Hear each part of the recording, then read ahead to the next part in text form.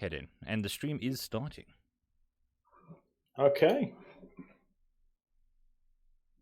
Starting a little early for everyone, just because we were already a bit early. Let me do my usual little introduction for everybody. For those who are new to the channel, I'm Aggro, and in this series I do little Q&As with different authors, trying to have more of a relaxed conversation. This week we have Shirtaloon, which has exploded onto the scene like a legend. I mean, he actually even toppled Brandley Ghost Hunt on Royal Road. I wouldn't go as far as to say toppled. I mean, it's really a matter of his schedule being a little bit erratic. So, as soon as he released his next chapter batch, then he, jumped right back on top. Yeah, but I mean, it's the first time that I've seen him not on top. Well, the response has been really gratifying. People have enjoyed the story quite a lot, and I'm really grateful for that. It's been way beyond my expectations, and I'm really happy. That's great. We'll just give everybody a bit of time to head in here. I have put all your details down in the description down below. Just a quick question. Are you playing this through your headphones or your speakers? Because I'm hearing a bit of feedback coming from your side. From my side, no, it should be through my headphones. You shouldn't be able to hear it at all. Do not know what's going on there. It's nothing spectacular. It's nothing major. It's just that I could hear a slight bit of an echo coming from your side.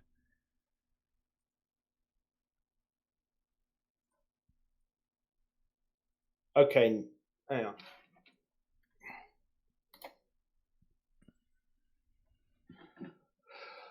Okay, so now we just need some people to show up in chat.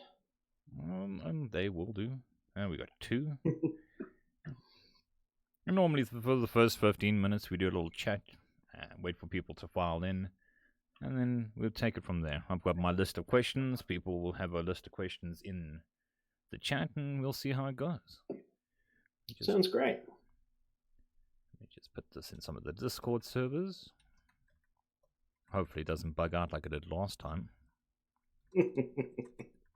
Last time some people couldn't connect and some people couldn't comment. Oh, that's no good. No.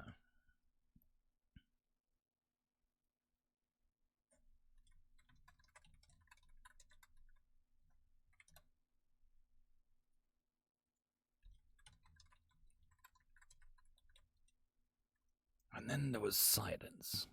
Dum, dum, dum. Not very good at this whole multitasking thing. No, I'm not a good multitasker either. But it's swings and balances. I'm not great at multitasking, but I tend to be pretty good at obsessively focusing on one thing for extended periods. Oh, that's good. It's which can help when you're looking to knock out a bunch of chapters.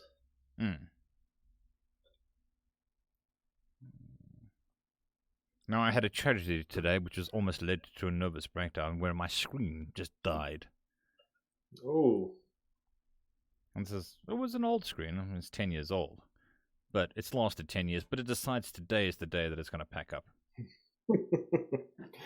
Yeah. So now I'm on a smaller screen, which helps me very little. Trying to find enough space for everything so I can see what's going on.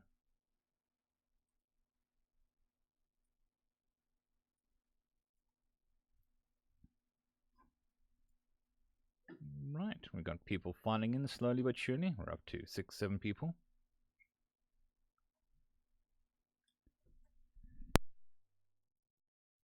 In the meantime, every week I've gone and got a nice background. See this, this is an audio thing. For those who are sitting and watching, I go and I find something to play in the background. And I thought, well, you know, what can I do for you? I mean, for Rhino, I did an ant farm. For Regal, I did NASA. So I was like, well, what can I do for you and your story? So I decided to go with this. Let me know what you think.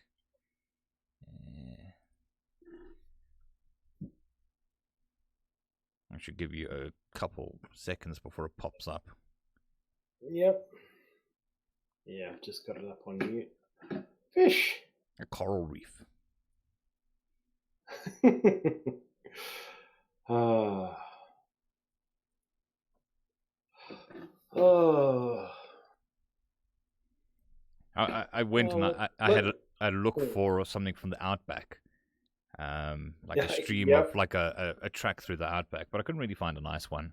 But I thought, well, let me go with a coral, something to do with the coral reef or coral. Aquarium. You'd be hard.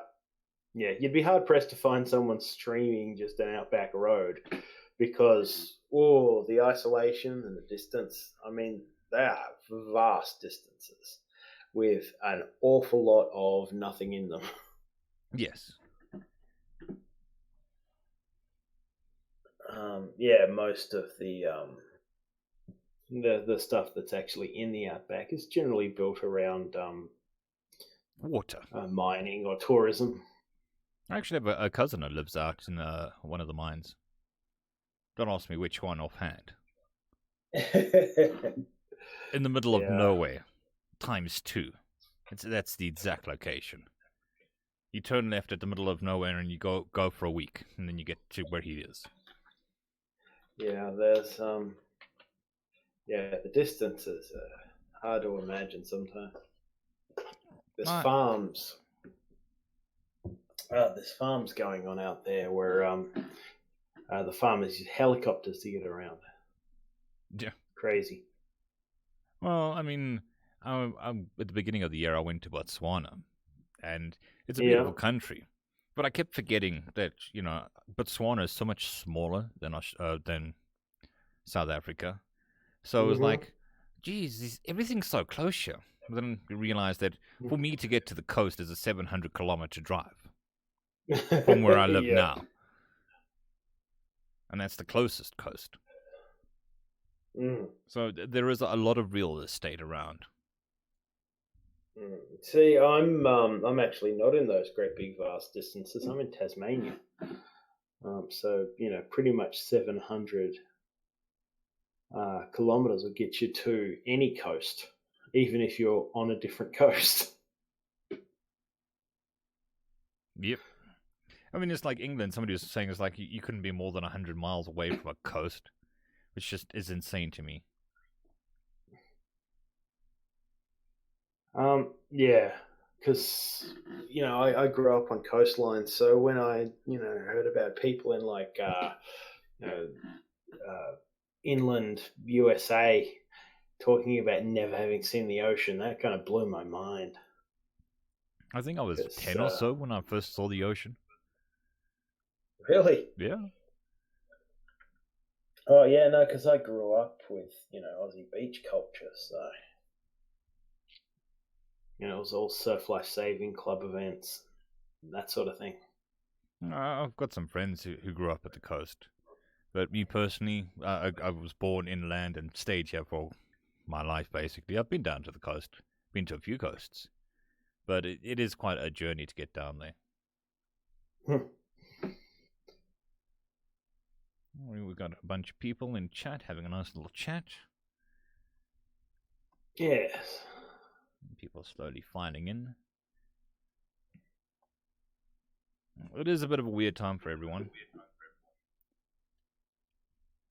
Which I suppose is the best way to make it. It's just an obscure time for everyone, because that's as good as it's going to get. Yeah.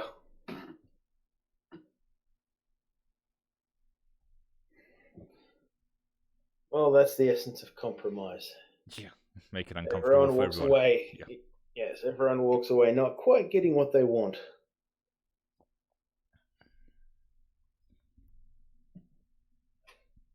Okay, I think we can start. I'll start soon. We're up to 11 people. I'm just going to do a little plugging here. Don't forget to like and subscribe on this video and to my channel. It would be very much appreciated. I have listed down below to all the relevant stuff if you want to have a look there. But we're going to have a nice little chat, and you said you've got some time, I've got some time, and this might be a bit longer or shorter than the last ones. But it's a journey, Well, and that's the main thing. well, we can see how we go. Well, I don't want to be one of those sort of podcasts or interviews that's forced. I want it to be sort of more laid back and natural. Yeah, it works for me. I went to a trade school, and that's as much training as I got at interviewing. Which is not much.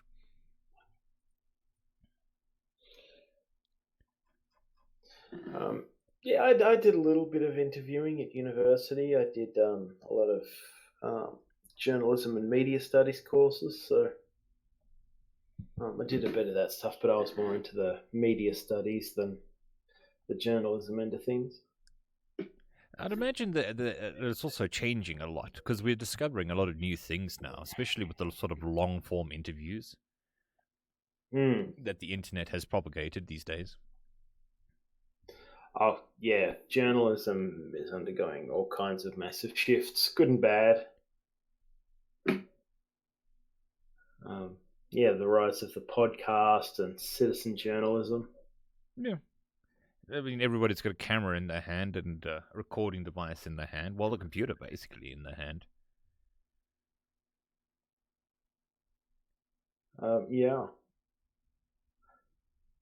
I'd have to agree with 4 Element. Australia does seem like a lovely hellscape. See, people always think it's like this god-awful place where, everything's trying to kill you. And it's not. I mean, it's... If you go into any dangerous animal's environment and start stomping through it, then yes, that animal is going to kill you. If it can, because, that's nuts. But you do have to go looking for those things. I mean, mostly. You're not going to find them in the middle of a town. No. No, you're not going to find them in the middle of a town. I mean, if you go tromping through rock pools, you might step on a blue-ringed octopus, but... and, there's a few spiders, but... As long as you check your gumboots, you should be all right. Yep. Which is always the case. And you should have, if you have any vast land around you, you should be checking that sort of thing anyway. Yeah. Well, where I am in Tasmania, we don't have those great big stretches of desert either. We have lots of like lush bushland. Some highland areas. It's really nice here in Tasmania. I mean, there's a reason that we get so much of our money from tourism. Multitasking, trying to read the chat, what's going on there, and also listen to you. Well, I mean, I also come from a place with some of the what people would call deadly insects and animals, and it's just a thing, like black widow spiders. They're nothing here. You see them all the time, and it's really not a big issue.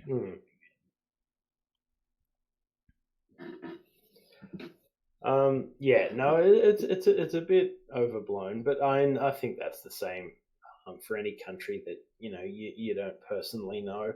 There tend to be certain things that get highlighted. I'm seeing in the chat someone asking about the Tasmanian tiger. There's always someone running around claiming that there's Tasmanian tigers around. Well, they're all like we've got the quagga. The quokka. Quagga. It's like a half zebra and half mule/horse. Okay.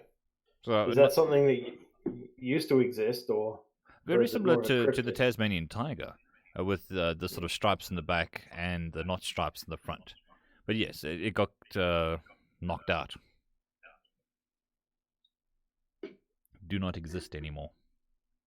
Yeah, no, we killed off the tiger, which is not ideal.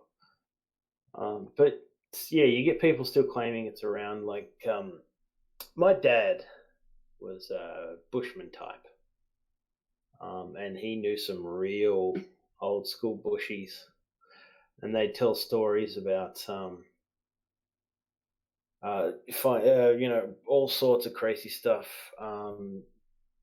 Tigers that were around long after they were meant to be extinct, which was I think 1926. Mm. But you never know with those old bush tales.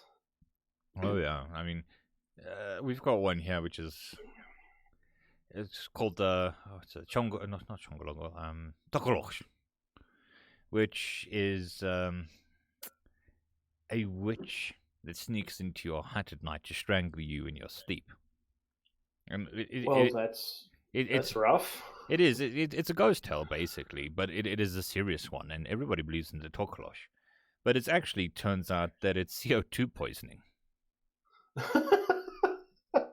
Because there was a ritual you could do to make sure that the tokolosh didn't come to get you, which is put bricks underneath your bed so that you're not on the floor, and then you had to open up the windows and all, so basically increase ventilation. And because CO2 is heavier than air, the further away from the floor you are, the better. Okay. Well, that's really interesting.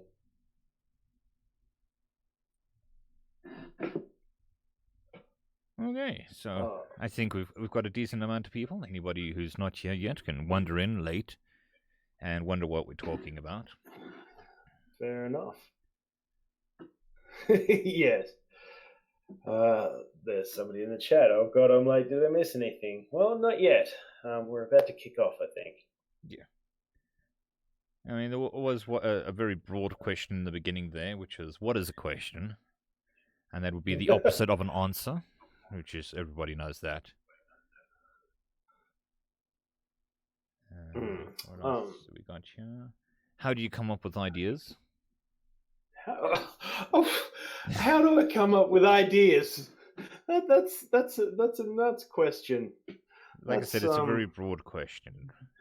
Yeah, I think it's a little too broad. I mean, you just take all the stuff that just pops into your head, you let it rummage around a bit, and then see what spits out.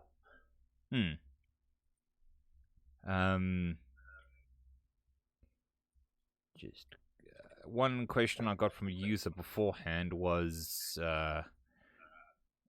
very serious question, which was, when are you going to load a better quality thumbnail onto your book on Royal Road? Yeah, I should probably do that. I'm not very good at the visual art stuff, but someone offered to do me a cover. So if that comes in, I'll probably do it then. They asked me very seriously to get to the bottom of this. Why is the thumbnail grainy, and when is it going to be updated? So there we go. Yeah, when I have time and inclination. So yeah, soon. Trademark. Okay, so question number 1 that I had to rewrite because the first one was inappropriate. Fair enough. So the question is, you kind of exploded out the gate like a whippet on crack cocaine. Did you expect the reception you received or not? Absolutely not. It would massively exceeded my expectations. As best as I can tell, what happened was someone wrote a review of my book on Royal Road, and that review stayed on the front page for quite a while, and that drew a lot of readers, which got me onto the various other front page lists, and it just kind of snowballed from there. So that, I think that book review was where it really got up and running. And then when the Patreon launched, it massively exceeded my expectations. I was, hoping that eventually maybe I could get enough money to actually, do this full time. I set up a couple of goals, and then yeah, boom, both my goals were hit in a day and a half, and that's when the work really started. Yep. Because my goals both came with double chapter weeks, and with the kind of reception I got, I felt the need to fulfill those as quick as I could. So I had the chapters. They needed some editing, but I managed to get through. And then over the course of those couple of weeks, that really helped. I mean, I did my best to try and launch in a way that would attract people. My first week of release on Royal Road, I did triple chapters, and then double chapters the week after, and then I did those double chapter weeks after starting the Patreon, and the reception's been really good. I'm just glad I prepared so much content before I ever launched. I think because, that there's a bit of a lesson there. Instead of just shooting the gun and releasing as soon as possible, maybe build up some backlog of chapters. It also gives you Yeah, an ability to sort of create a more substantial starting arc rather than shooting from the hip. yeah, because I really wanted to give people the chance to get through that, through that initial arc, to get a handle on what the story was going to be like in the first couple of weeks, which is why the first 2 weeks had 25 chapters, which allowed people to get a taste. And yeah, so yeah, preparation was key. And I'm so glad I spent the amount of time on it that I did. Yeah.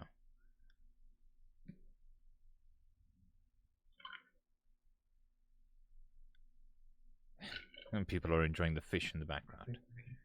Did see a Yes. question here, which was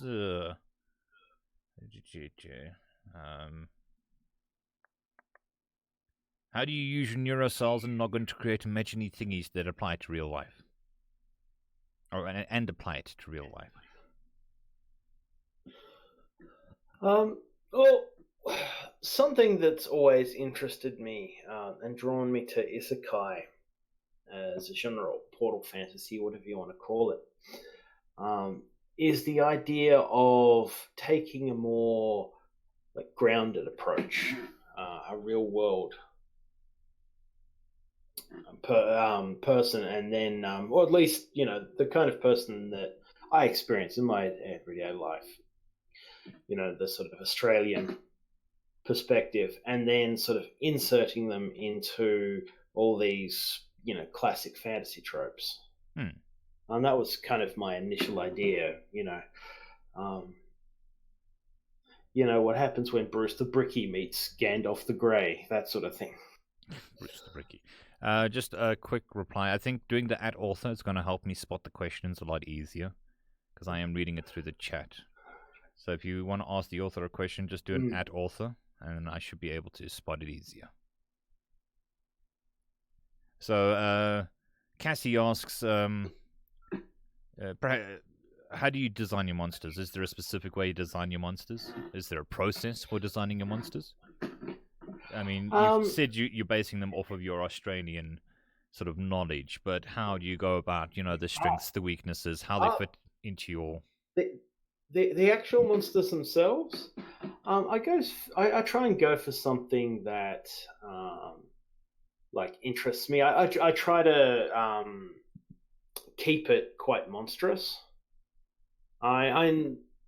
Some of it is fairly straightforward. Like there's a shab is one of the first monsters that Jason fights in the book, and it's basically just a shark on crab legs. I mean, that's straight out of the cheapo monster movies playbook, where you just take two animals, mash them together, and then have them fight a giant robot shark.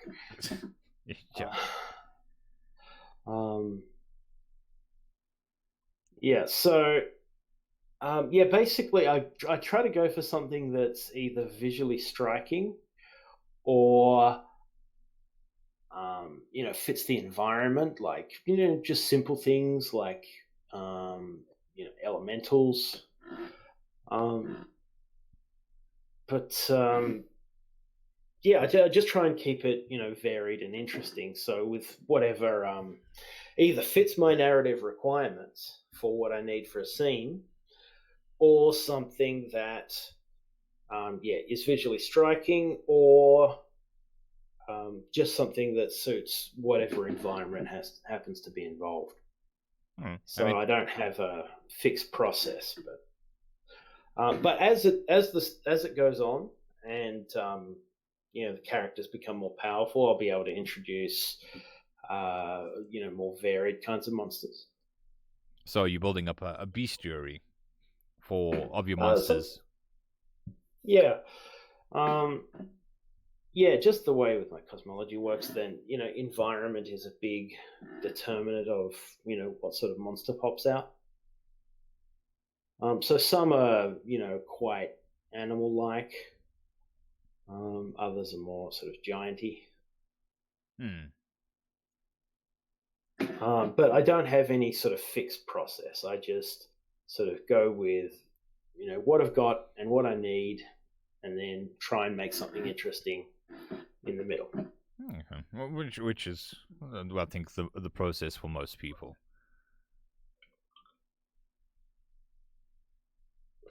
It's like anything else. See what comes to me when I'm doing it, and then when I go back and re-edit, see if it's terrible and I need to replace it. What's going to be interesting and all funny and all fit the story? Yeah, I mean, preferably all three. Yes, but ultimately, any aspect of the story should be in service to the story. So, I try and go with what works best for whatever I happen to be doing at the time. Okay. From Insane DJ, from where did you get the inspiration for Jason's personality and him being good at people? And from when did you get the inspiration for okay, we just did the monsters. And they say thank you for the web novel. Well, you were very welcome. Jason is an evolutionary process, I think. And a lot of it is just some sort of classic Australianness, which I think is interesting because he's not white. He's mixed race, which I think gives him a certain detachment. Because he grew up in a small town where a lot of people are, and there is a lot of multiculturalism in Australia, but there's also, like most places, sort of strains of racism. There's I think you get an that exclusion. Anyway. Yeah. There's an exclusionary element to that, but a lot of Jason comes from me, like just a lot of my own personality traits, good and bad, manifest themselves in Jason. I think that's fairly inevitable. Well, I think the first rule of writing is write what you know, and you know yourself. Very much. So I don't claim to be any sort of great master manipulator of people. That kind of came from Jason's background, which I do want to explore in later chapters, sort of the formative elements that turned him into what he is. But that is for, chapters down the line where his pre-story gets explored a bit more. I guess I don't want to talk about that too much because that sort of drifts into spoiler territory. And I think I'll say that probably half an hour too late that there will be spoilers. I'm going to assume that most people here have at least read some of the novel. I'm not going to go out of my way to spoil things, but if you haven't read the novel, there may be spoilers. And The free chapters are up to chapter 70 at the moment, I believe. So we can try not to spoil any further than Well, I haven't read past 70. I know, shame on me. that. Okay, where did the Well, fish that's go? fine. And the answer to that question is that was the stream. I don't know, something weird happened to the character on the camera on the stream. Not much I can do about that, but I did fast forward it to have the fishies again. I think it was called a red tide. That's why I went all red. Mm. Okay, real way to start off to design a monster is to steal it from D&D, obviously. I mean, stealing is Yes, an age-old tradition in writing and creative media. yeah. I I've played enough D&D that I try to avoid, just poaching straight from the monstrous manual. If for copyright reasons, um, more as much as anything else. Like the Beholder is a great creature, but I'm pretty sure that one is just straight up owned by Wizards of the Coast. Yeah. I mean, it is So yeah, always a very fine line, especially when you're pulling inspiration from something. yeah. Well, yeah. That's why I try and keep things different. Well, there's actually a few reasons. One being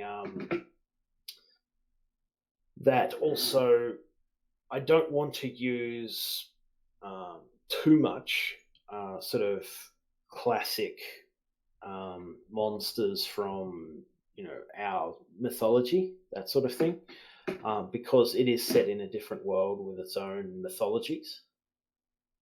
Um, Again, this is getting into something that'll probably come up more later, but yeah, it is its own world, and I want it to have its own sort of mythical monsters, that kind of thing. So when Jason encounters monsters, quite often other people know what they are because their mythical monsters come to life and try to eat random farmers. Hmm. Yeah, that, and there are a lot of interesting ideas to play around with monsters, trying to get some nightmare fuel going on. Murder beasts. Mm. Yeah, so I'm looking forward to the chance to come up with some truly messed up things to try and freak people out with. So we are going into October. Any plans for putting out a horror beast for the festive season of horror? For Halloween, no. Um, let's see. Well, for the free chapters, I've already got um, a lot of October done, so I know what that will be coming across. I'm just looking through.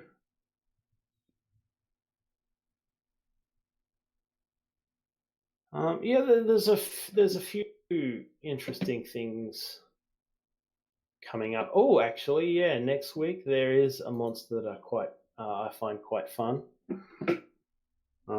But yeah, no, nothing specific planned for All Hallows Eve.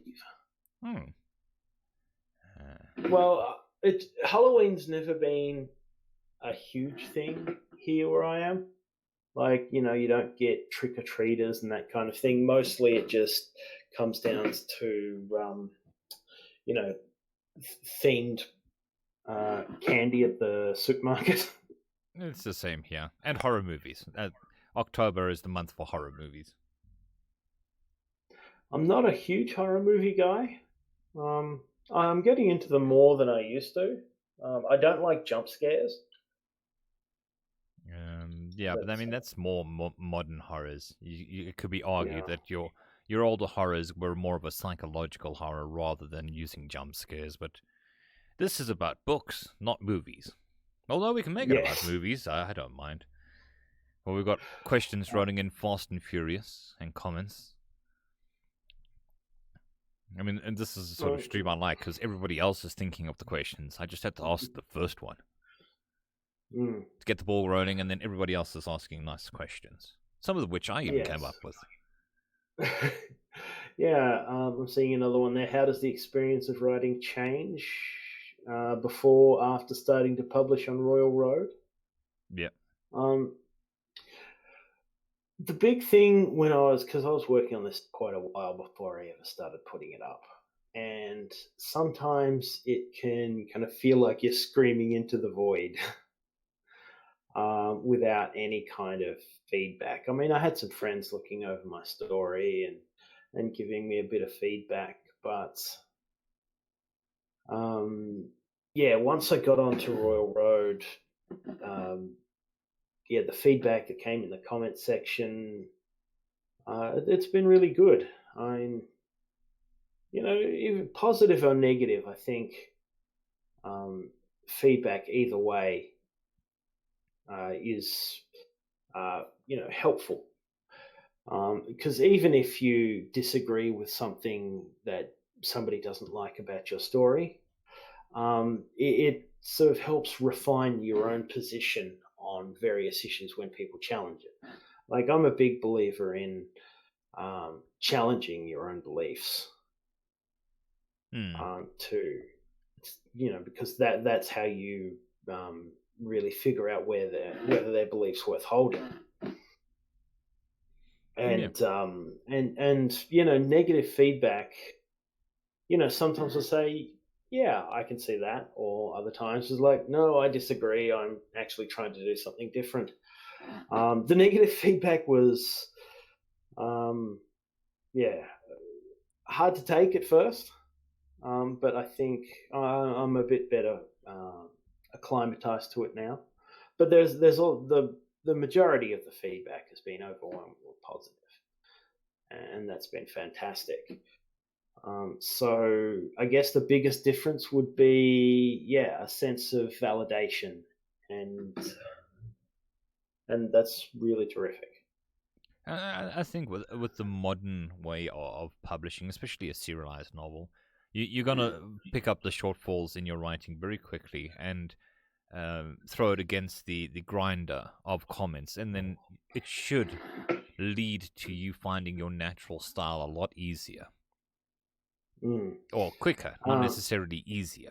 It's going to be difficult to go through the negative comments and find out how you want to write. But with a more traditional uh, style, it's going to take a lot longer for that to happen. yeah. Well, I don't let myself be shaped too much by the feedback, because I came into this um, with a very solid idea of the direction I'm looking to go. Like, um, in fact, yeah. All the stuff that's gone up, at least for free thus far, um, was all written um, prior to even the first chapter going up. Oh. and and I also have my outline of like the whole story all the way down the line. And this is actually the second iteration of this story. Part of my preparation for it was writing out what was essentially the first volume, um, the first time around, and then I completely rewrote it from scratch, which is the version that's coming out now. Because writing it the first time, because this is my first sort of really long form story. So when I wrote it the first time, I was really anxious to like sort of complete my plot line. So there's lots of like weird time skips and skipping over things that are super important, and not spending enough time with characters to be more than, sort of one dimensional cutouts. So um, I actually finished it in 66 chapters, which is less than I have now, even on free. Yet the plot was quite a bit further along than where it currently is. But every time I go back and look at that stuff now, I just look at them like, what was I thinking? And then I realized exactly what I was thinking. I was just super ambitious to get to the end of my plot. So, having done that, I've now given everything time to breathe, characters time to fill out a bit more, and it's just generally been better for characterization and world building. Hmm. I think that answers the next question as well, which is from Hello there, which is, do you have a story planned out, or do you think of it up on the fly? I think that is No, a I very very much. suitable answer for that. Yes, no, my story is very much planned. It is an outline, which gives room for flexibility as I go, because you're always going to have good ideas as you go along. But yeah, I know where it's going. I know how the story ends. Okay, so in your And mind, there is a definite end to this story. oh, there's oh yeah, there is. I think any good story has an end. Um, as much as you might be sad to run out. Um, but there is still, yeah, but there is quite a long road to go before you get there. Well, I mean, It's in still my interview with relatively early Rhino, he days. reckoned 3,000 chapters for him. I don't think I'll see 1,000. Okay. Um, So you heard it here um, first, it, not 1,000. I'm not saying I'm not saying it couldn't get there. If I come up with enough sort of things along the way to fill that out, but I wouldn't expect it to hit 1,000. I think it'll be hundreds, but probably not over 1,000. Okay. But I mean, you do write quite lengthy chapters. Do you start off with a sort of word goal for each chapter, or you just write until you hit what you feel is comfortable? My chapters vary quite a bit. Um, Generally, like my flat minimum is 1,500 words. If I don't hit that, I don't think it's like worth a chapter. I'll try and either fill out what I'm doing because I don't try to. I try to avoid putting in filler. So quite often I'll just add in more scenes from what was going to be the next day's chapter or whatever. Hmm. My longest chapter is about 4,000 words.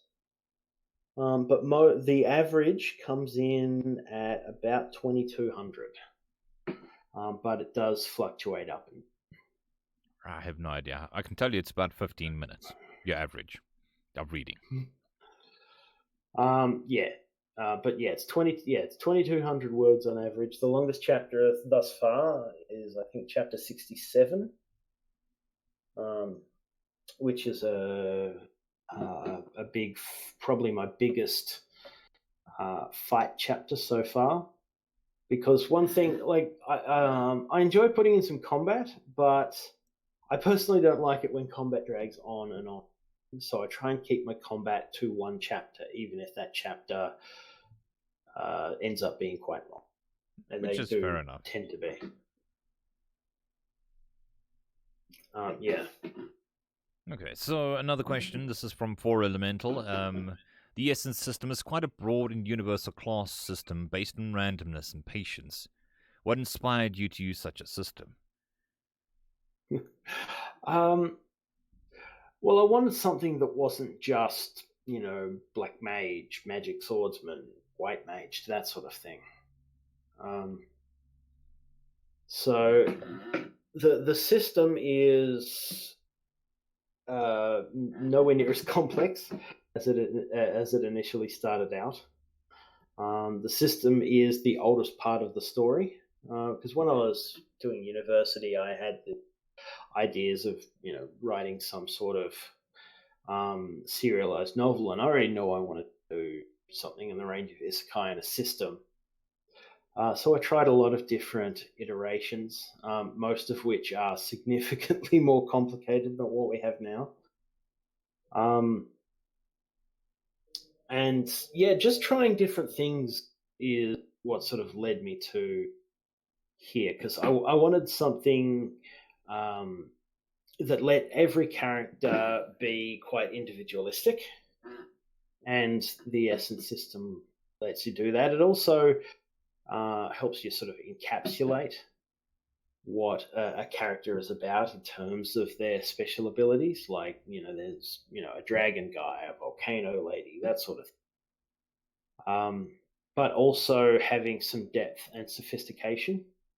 I did know right from the start on my main character's abilities to be less like overtly just knock out great big powers, and more to be about synergistically using them together to get an impressive effect. That way, the character has to work for it a bit more. He can't just pick up his next ability and use it to blast away the big monster or enemy that he happens to be coming across at the time. The big thing I discovered, like reworking the system, was that you need to have a certain level of simplicity. Yeah. Because there was an early iteration of the system where getting abilities led to getting more abilities, and you ended up with at one point, I've got a big list somewhere of like hundreds of abilities that would have ended up being picked up over the course of a book, and it's just completely unworkable. It turns the entire thing into exposition. So there needs to be a certain level of simplicity so you can actually fit the story into your system, as opposed to having a great big long system document with basically a story in there to give examples of how it works. Yeah. And I mean, one of the things I've liked and enjoyed, somebody mentioned the Runic tortoise earlier on, but there was also a nice way of describing how the monsters could use magic as well, with runes and sigils, without having to go into an exposition about runes and sigils necessarily. Yeah. I quite like the rune tortoise. It's a creature I quite like the look of.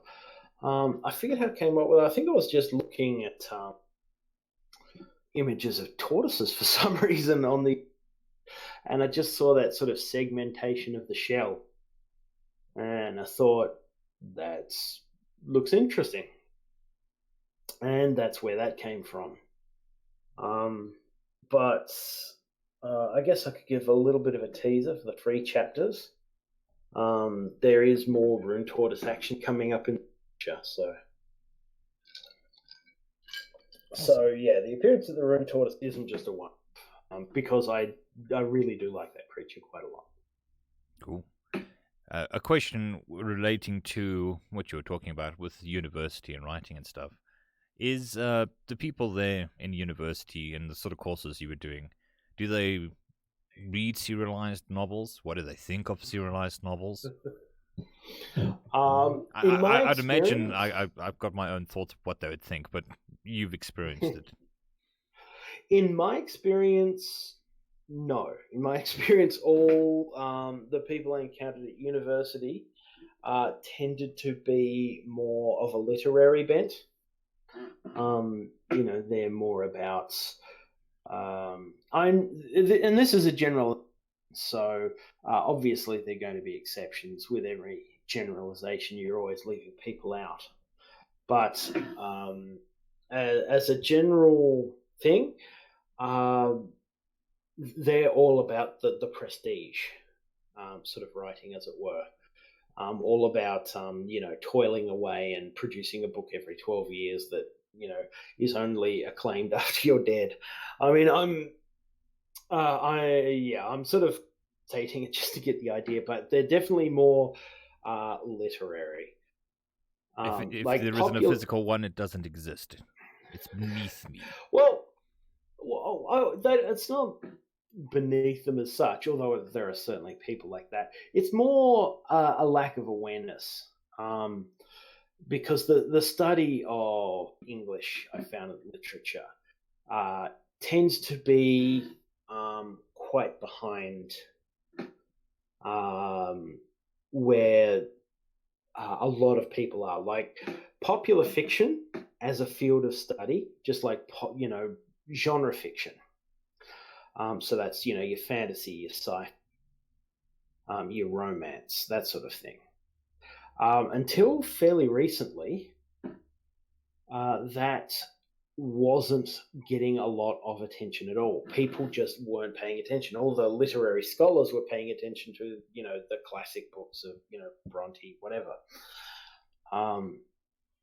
and it's only just now that a few groups, including one here in Australia, are actually now starting to study um, the popular genres and what they mean. But that's, I mean, at this point, like even in the last decade, they're only just starting to study sci-fi, fantasy, romance, because romance is huge. Yes. Like the by far and away the largest section of the book market is romance. And until recently, nobody was really looking at it in an academic sense. Hmm. So it's so when I would talk about serialized novels, web novels, I find myself having to explain what they were to people.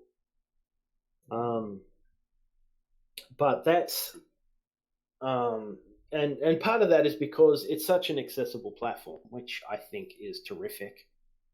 But it does mean there's a lot of variance in quality. Yeah. So there's a lot, yeah. Because I did a unit at university on popular fiction. It was a very new unit, and there were a lot of people sort of looking then down their nose at romance because quite a lot of romance is a bit sketchy. And I imagine if they'd actually heard of web novels, they'd take much the same approach. Um, Whereas I think it's a platform that has incredible potential, and uh, the fact that it's digital first, it's serialized, so it offers different opportunities in terms of what you can do with structure, like system novels, for example. I don't think would work anywhere near as well printed. Hmm. Whereas when you put it up on screen, you can do things like you can play with your formatting, change your colors around a bit, just to make them pop a bit more. And and well, long form serialization. I mean, Charles Dickens did it, Yeah. but uh, we've become so used to the novel now. The 3-act structure. Whereas I view my structure more like a television series where you have arcs rather than a full blown 3-act structure. Well, I personally think that you should really have. I mean, to put it into a different analogy, in the visual medium, you've got movies, which are your one shots. Then you've got series, which would be sort of like your Amazon serialized multi book things. And then you've got your web serialized novels, which are like your soapies, basically. And Mm, I'd imagine it would follow a similar writing style as to the guys that write the scripts for those sorts of things. yeah. Well, another thing is like when you're produced, like I produce 5 chapters a week, and there's only so much like editing and attention that I can pay to reworking that much content. So I really try and balance quality and quantity. Mm. Um, but yeah, because yes, I could go through and I could make every chapter, more polished, more nuanced.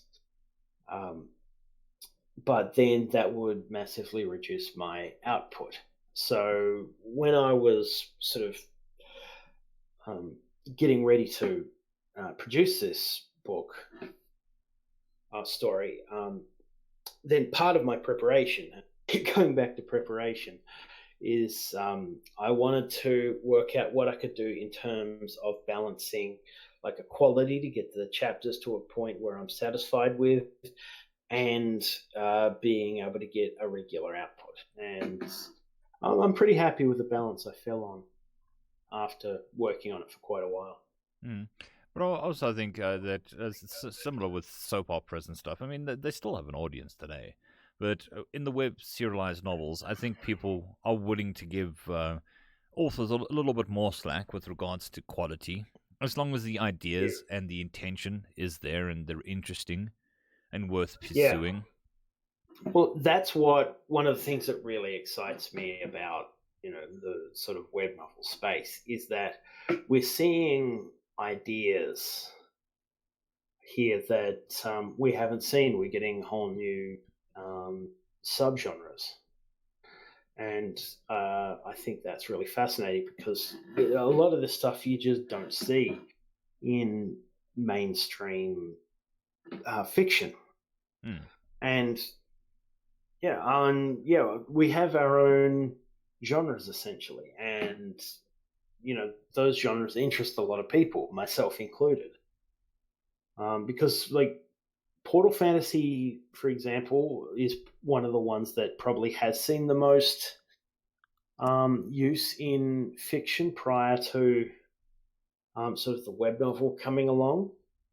But it was still kind of just this little subgenre of fantasy, and then along came isekai, and it exploded, and then you get things like dungeon core novels and all these ideas that are really fascinating and interesting, and I think it's really terrific that so many people are just jumping on board and trying these new things, and that's what I really love about web novels.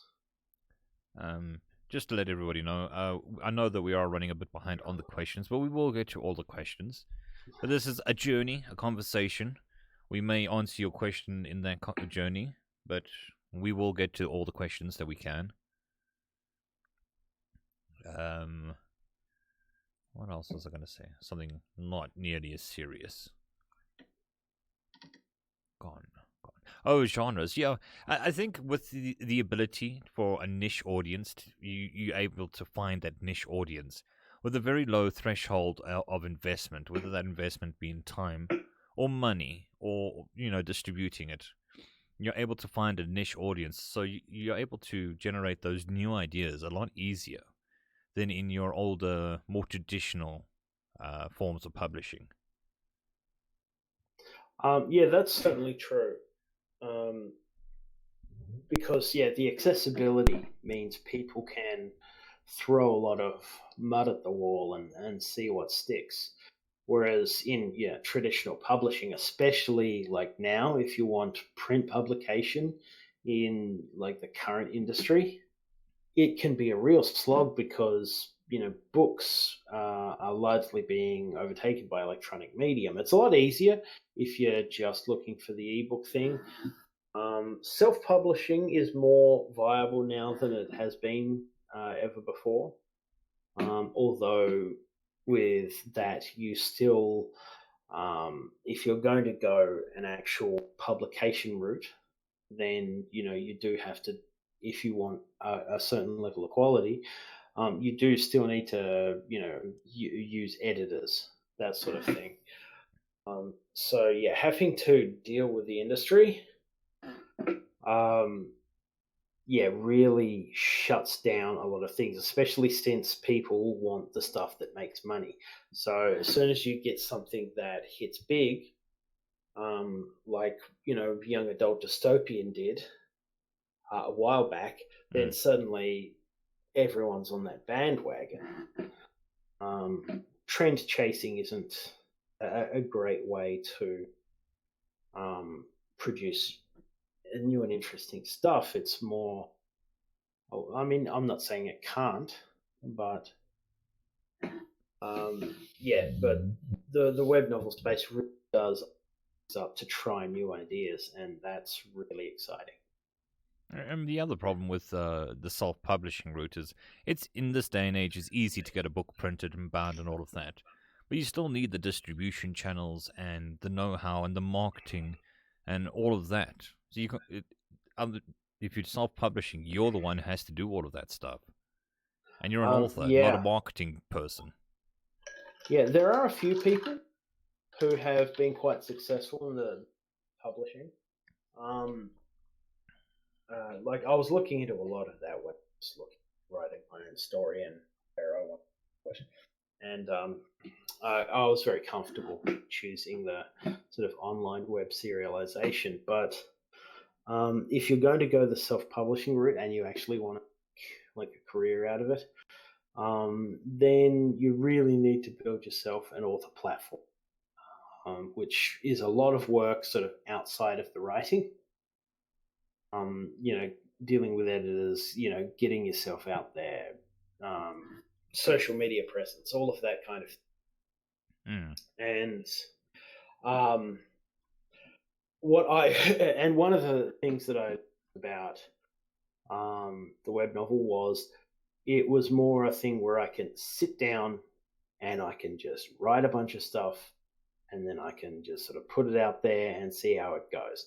But because I took that approach, I had an expectation of lower readership. Now, I've been really lucky in that people have paid attention and become interested in my story, and that's amazing. But um, I'm certain there are plenty of people out there who are producing great stuff that just haven't got the attention that they deserve.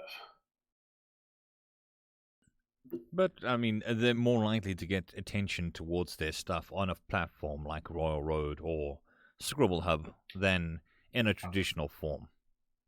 Oh, absolutely. Um, it lets you know, and it's as it builds up, it's also become a place where people who are looking for certain kinds of things that they just can't get from a more mainstream novelization can go and they can search and they can and find stuff, and that's really great. Royal Road is an amazing platform. That's yeah, got so much to offer to so many people, and I really like it. And I think the role of you can almost call them professional reviewers, like Zeth, who go and do humongous amounts of reading and then doing huge reviews, 300-400 word reviews. It does Mm. help people get discovered as well. Oh yeah, I mean Zeth's review of my story is what got me to where I am now. I'm completely convinced. So thank you, Zeth, if you're listening in.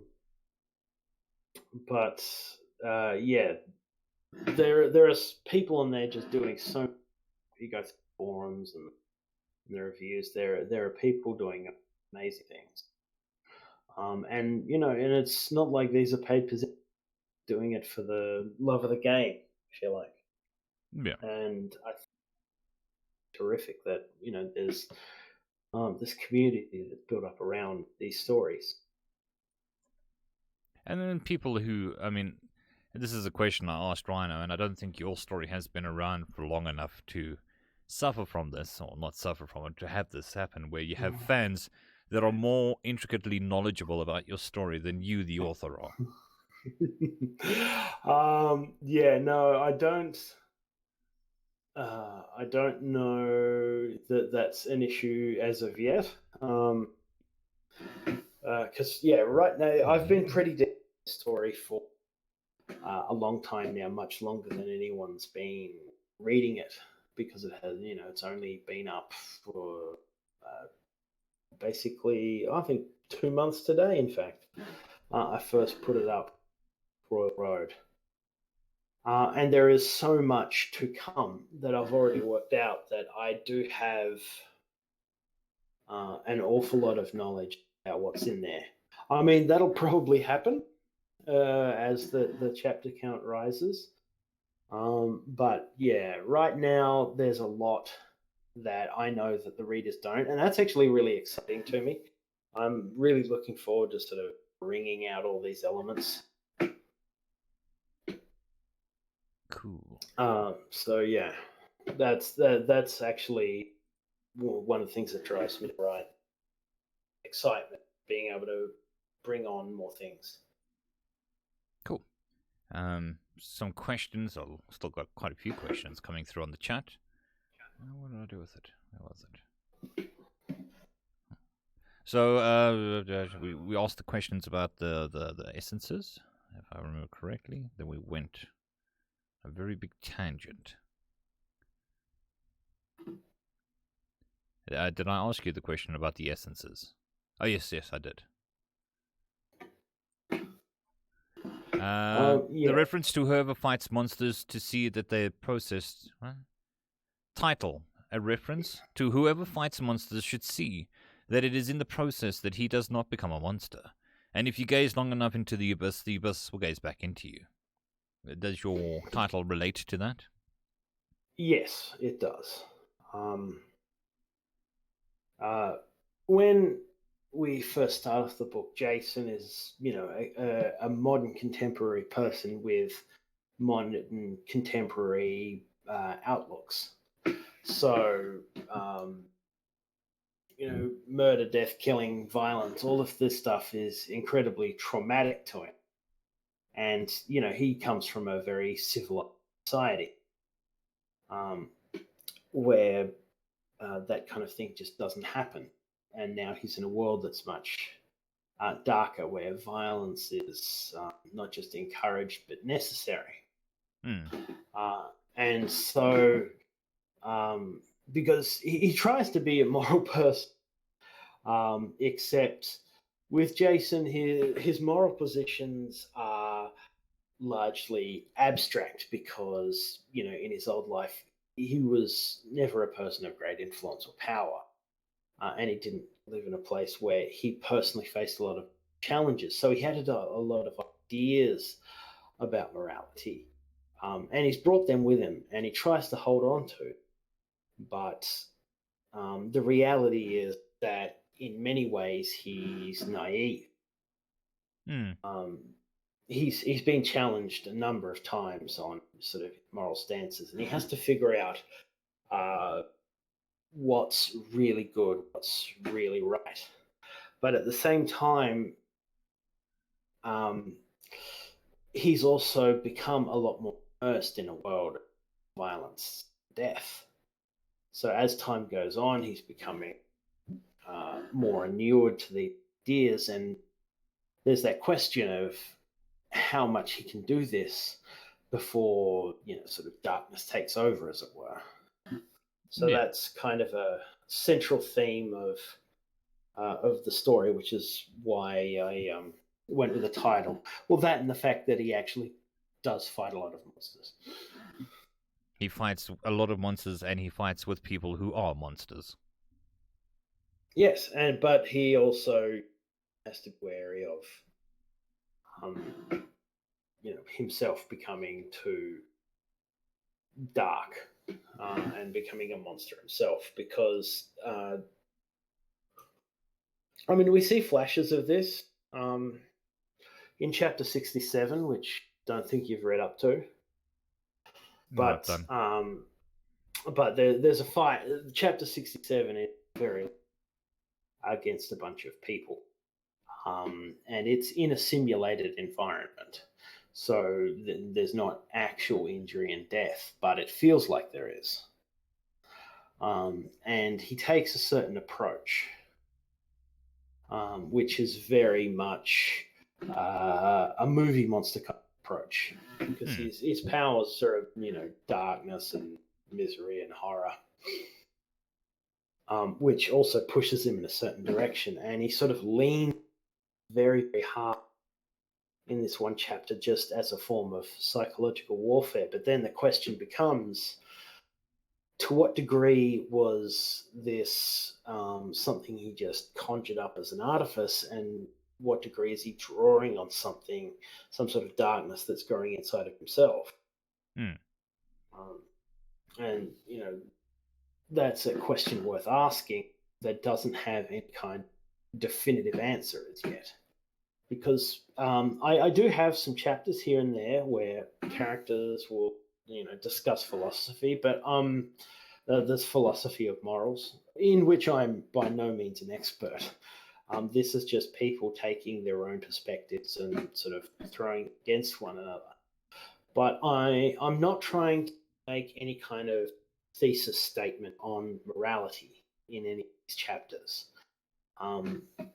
Like, Jason isn't an author insert for my own perspective on morality. He's someone who has a specific viewpoint, in which is in many cases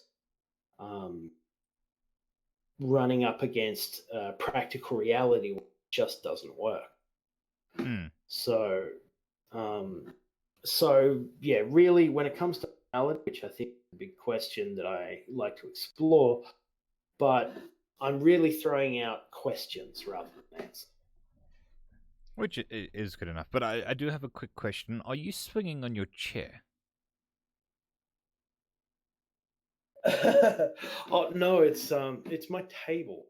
Ah, okay. Um, yes, it's quite a dodgy table. I am in fact going to replace it with a nice solid computer desk. So.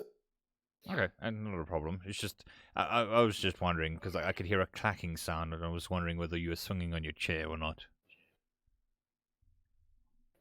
No, no, it's just this table, which is a bit shady. Just for a note, I have actually read up to. I think I did voiced chapter 69 yesterday, today. Oh, Um, it's all available on my Patreon. yep. But I mean, like you, everything will be released free onto the YouTube channel eventually in batches of 3, Yep. and I'll just keep up to whatever is being released. So I have read up to, I think, like I said, 69 was the last one I did. Yeah, so 67 is the big chamber against 5 people, where he goes quite horror mode. Hmm. Playing a character of the bad guy. Just, Yes, but there is the question of, to what degree is that drawing on something that's actually there inside himself? Because, you know, it's easy to say that he's just playing a part, but he did some quite horrifying things. hmm. Well, it seems me mentioning the Patreon chased away half the viewers. Sorry. I'm sorry. It will be released for free, don't worry. I don't hold anything back. Anyway. Or maybe it was one of the fishies. Maybe they didn't like the fishies. So, what was your thought process behind the sanguine horror? The sanguine horror. Um, I wanted something different and strange. Because that's something I wrote a long time ago now. So I don't actually recall where the specific inspiration from it was. Um, but I did know that I wanted Jason to have abilities that conflicted with his own moral standpoint, because I thought that was interesting. The idea of um, sort of being shoehorned into using a very dark approach to how he operates compared to starting position of at least according to him being a very moral person. Hmm. And that was sort of a key element on that, because I wanted something um, bizarre and horrifying and inhuman, and and yeah, sort of a hive mind leech swarm with big lamprey teeth was something that really seemed to fit So, how did it rather get the than name Clyde? a Colin. Ah, sorry, though. Colin. Well, that's that's part of where I really was drawn to isekai. The idea that you can take this horrifying fantasy monster, and then you can just name it Colin. Um, Jason's sort of very laid back personality um, is something I wanted very specifically to sort of an Australian larrikindness, Hmm. which is definitely not a word, um, that I wanted to contrast with sort of elements of, you know, fantasy, dark fantasy, and yeah, the idea of this almost Lovecraftian horror beast, and then just naming it Colin. It just delighted me. Um, that's just a personal thing. I taking things that are like super serious and then just looking at them and going, well, that's pretty silly when you actually look at it objectively. Yeah. Um, and it can make it hard to balance tone, because Jason is very much a sort of light-hearted person, and to a degree he uses that as a defense mechanism, Yeah. psychologically. So yeah, I just really the tones, and I think the incredibly horrifying apocalypse beast named Colin sort of embodies that really well. It does. I laughed when I read that the first time. And I mean, I think with most of your light-hearted and humorous type novels, balancing the tone always becomes a bit of a difficult challenge. Mm. Yeah, so all I can really do is do my best because, um, yeah, because I think um, a lot of humor just happens naturally in life because people don't walk through life being like super serious about everything. Hmm. And you do see that sometimes in fantasy, especially like classic high fantasy. It can be a little bit pompous, and I love the idea of the really blokey guy just coming in and looking at it from a different kind of perspective. Hmm. And yeah, so but as long as I try and keep that grounded in the character and show that sometimes it is just a facade and there is quite a lot of darkness and angst underneath, then I think the tone will work okay. But ultimately, well, I do want there to be real, like some real emotional weight to what I do. Ultimately, I'm creating a fun, fairly light-hearted adventure, and that's what I want people to take away with. I want people to come away from a chapter just having had a good time reading it, Yeah. without it, with enough substance there that it isn't just light and completely disposable. Which is fair enough. I mean, the world is a serious place most of the time anyway. So you kind of Mm, want, I find, the slightly more light-hearted, even if there is serious undertones. I mean, there's such a yeah, thing as gallows humor for a reason. yeah. Um, yes, and Jason has kind of taken that on board as his modus operandi, as it were. He because he's in a world that he doesn't know. He feels very very unbalanced. So he tries to unbalance the people around him as sort of a default to level the playing field, as Mm. it were. That's kind of a base psychological approach for him. That and he's perfectly happy to just make references to people that they have no chance whatsoever of understanding because they're from a completely different universe. But he does it anyway because it helps feel connected to where he came from and remind him um, of home. Um, and I was rewatching Fast, the TV series recently, and I Sorry, which realized TV series? Farscape. It's Oh, a Farscape. sci-fi No. series. You broke Yeah, off halfway through the word, so I heard yeah, and that's it. yeah, yeah. No, yeah, Farscape. Okay. Because I was rewatching that and I realized that the main character of that show does the exact same thing. He roams around making like pop culture references that nobody understands simply because it helps keep him grounded. Yeah. Misery loves company. Which actually leads very well into the next question from Insane DJ, which is, can we consider Jason to be morally unbalanced person? I mean, are you insinuating that he's really feeling isolated and or trapped in the scene when his aura gets suppressed by Farah? Okay, so I don't know what. I'm not exactly sure by morally unbalanced.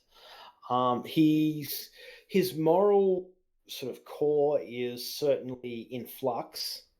So I guess morally unstable is fair, um, because he is sort of still very much finding his way morality wise, and it would be very easy to uh, fall down some of the slippery slopes when he's in a place that reinforces violence and killing so well. But yeah, the the um, the idea that under all, you know, jokes and the bravado, I suppose, he does feel very, very isolated and exposed, and has done the whole time because he doesn't understand much of what's going on. He hasn't felt safe at the time, at least at that point. Hmm. And as chapters go on, he'll become more comfortable. But um, yeah, that's sort of later on. I didn't want him to just hit the ground running and be like, "Snap, I'm all good. Time to have some adventures." I want there to be sort of an undercurrent of um, alienness to his experience, even if part of that alienness has been him learning to mask it very well, whether with jokes, apparent lunacy, whatever he happens to come up with time. Hmm. And Um, imagine you'd have a similar problem of, say, a time traveling character going from a reasonably stable life now to 300 or 400 years ago. The yeah, morality and what one would have to deal with is vastly different, and we've got the luxury of the modern age to help us. You know, we live in a nice yeah, house with electricity and all of that. We don't have to deal with monsters, so we don't have to yeah. ask ourselves whether we would or would not have to kill, or if it was right or wrong. Mm. Yes, the luxury of safety that you can sort of hold a position without ever being required to actually stand up and defend it. And that was very much Jason's situation. But now um, he's in a place where his morals are being tested, and he has to figure out when he's going to stand and when he's going to sort of bend to circumstance. Hmm. Next Um, question from Insane DJ, which is, does his abilities affect his mental faculties and his personality? well, there that is a question. There are certainly people who believe that. I think I mentioned that quite early. The character he doesn't get along with, called Anissa, and uh, her entire church, as far as we can tell, believes that your essences do impact what kind of person you are. Most people seem to think that they don't. Um, but there is a question um, whether or not it does, and I think it's like anything else. It's the specifics that tend to get there. Like Jason's powers are very dark, and in order to use them effectively, he has to go to a fairly dark place, and rather than like magically changing his mindset, I think the sort of actions feels like he needs to take are going to affect him than just like the nature of the essence itself. Hmm. Like so, it doesn't like the dark essence doesn't um, just changing to be like or brooding, but the fact that he has to skulk around in shadows is absolutely going to impact who he is as a person. Yeah, I mean, and the things you experience shape you. So, with the darker essences, his experience is darker, and that's going to have an effect on him in some way. Yes. I occasionally get questions in comments such where people say um, he should have like waited for better essences that were necessary. And that's a valid point, except where he was in that story, he was at his, most off balance, most fearful. He met some people, but most of them had tried to kill him, and he didn't really know um, these new ones. So he was feel at his most uh, out of control, and so he basically just grabbed the first things he could um, to get some semblance of control. Hmm. But on the other hand, his essences were actually produced by his own sort of power, as it were. They were given to him by the quest system that is a part of himself. So it could be argued that, he sort of subconsciously chose um, these darker powers, whether that's from, you know, the darker experiences that he was having at the time or from something intrinsic to who he is. So again, it's a matter of I'm interested in putting forward questions than getting definitive answers to um, these questions because I think they're interesting ones.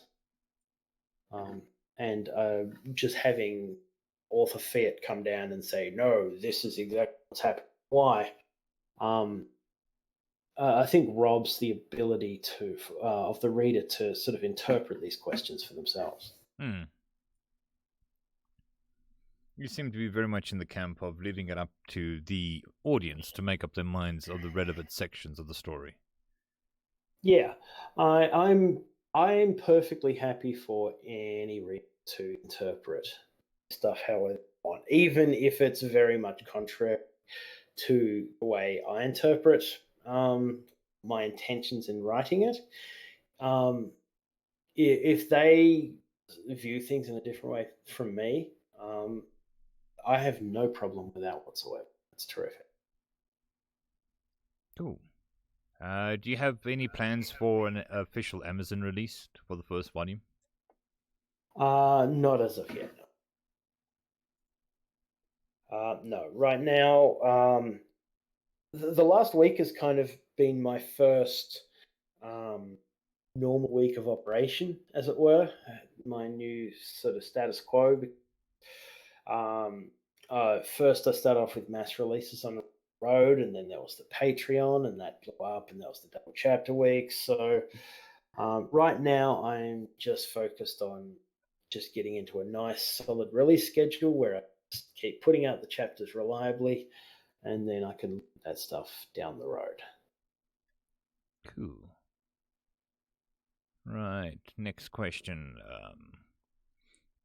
What you have mentioned about your preparation for publishing has been interesting. Consider this an open invitation to ramble about the topic, but what did you do to prepare for publishing? I think we went into that because you did the one Um, rewrite and then you rewrote it again. yeah, basically, I worked on the system for quite a long time. The like I tried different iterations of stories with different versions of the system. So the system came first because I really want the system to be consistent and have a certain level of nuance without being so complicated that I have to constantly explain it. Hmm.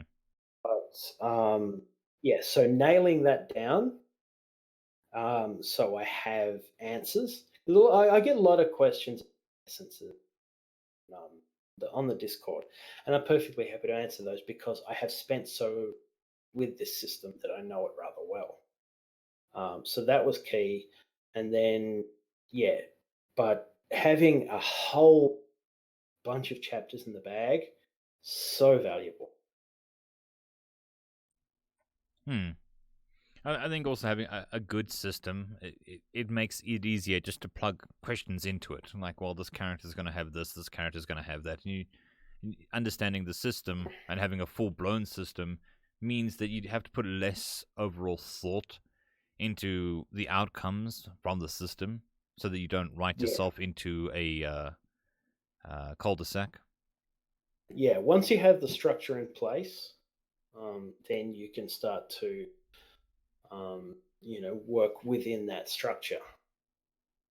The big thing about my system is every character has 20 abilities, which means that if I'm going to show a character in action, I have to have some sense of what all those abilities, which can be a lot of work, but I also think it um, has been really valuable to the narrative because I don't basically just have five different power sets for five classes.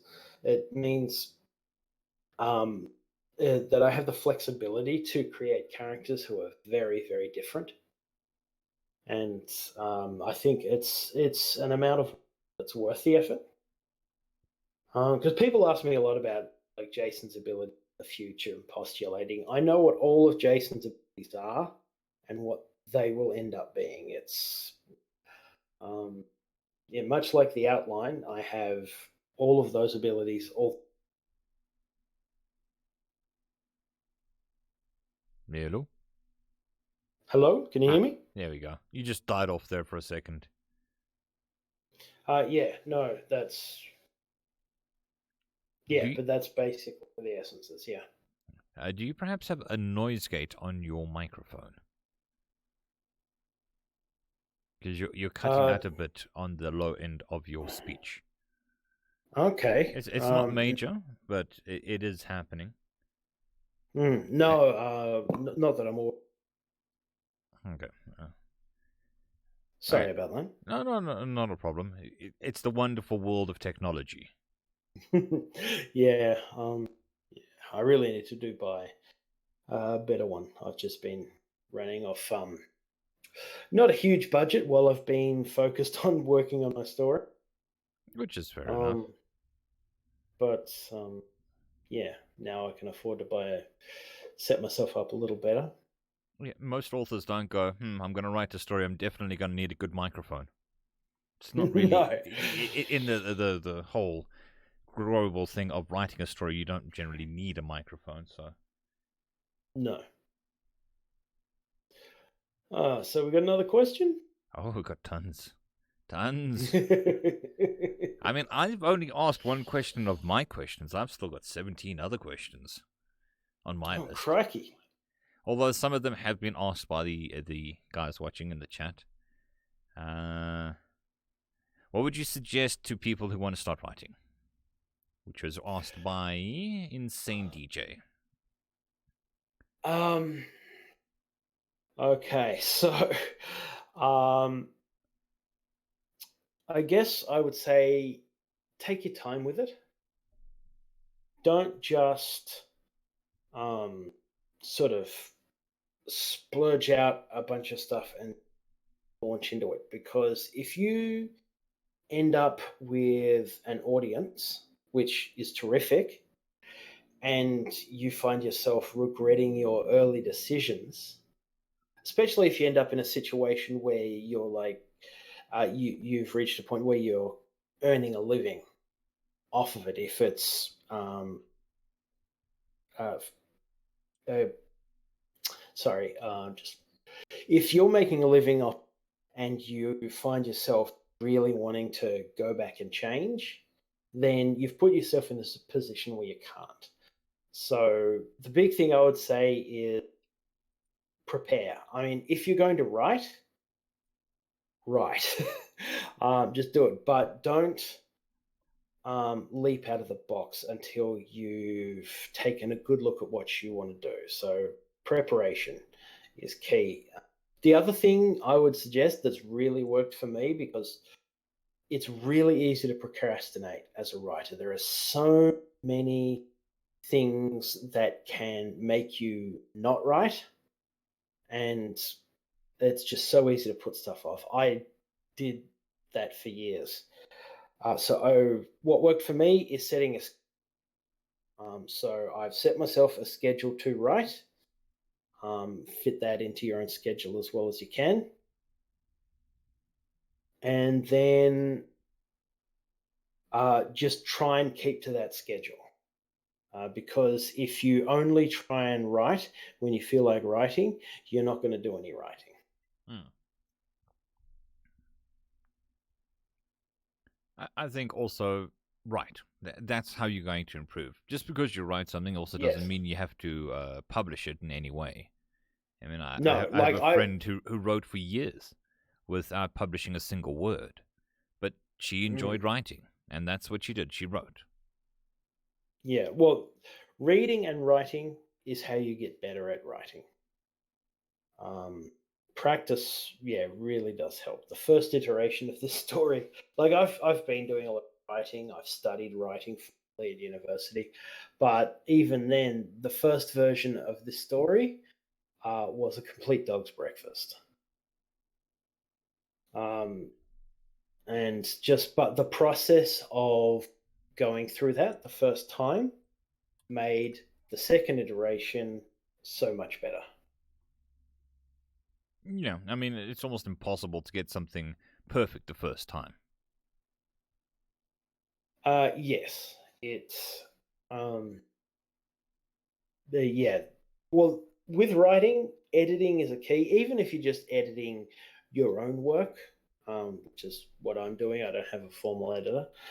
Um, yeah, not putting up your first draft for public consumption um, is a very good idea. So I like to have my chapter buffer, which is not as big as it was before the double chapter weeks, but I like to give myself at least a week away from a chapter before I go back and I look at it and I can make changes. Hmm. To leave it percolate, maybe further develop some ideas.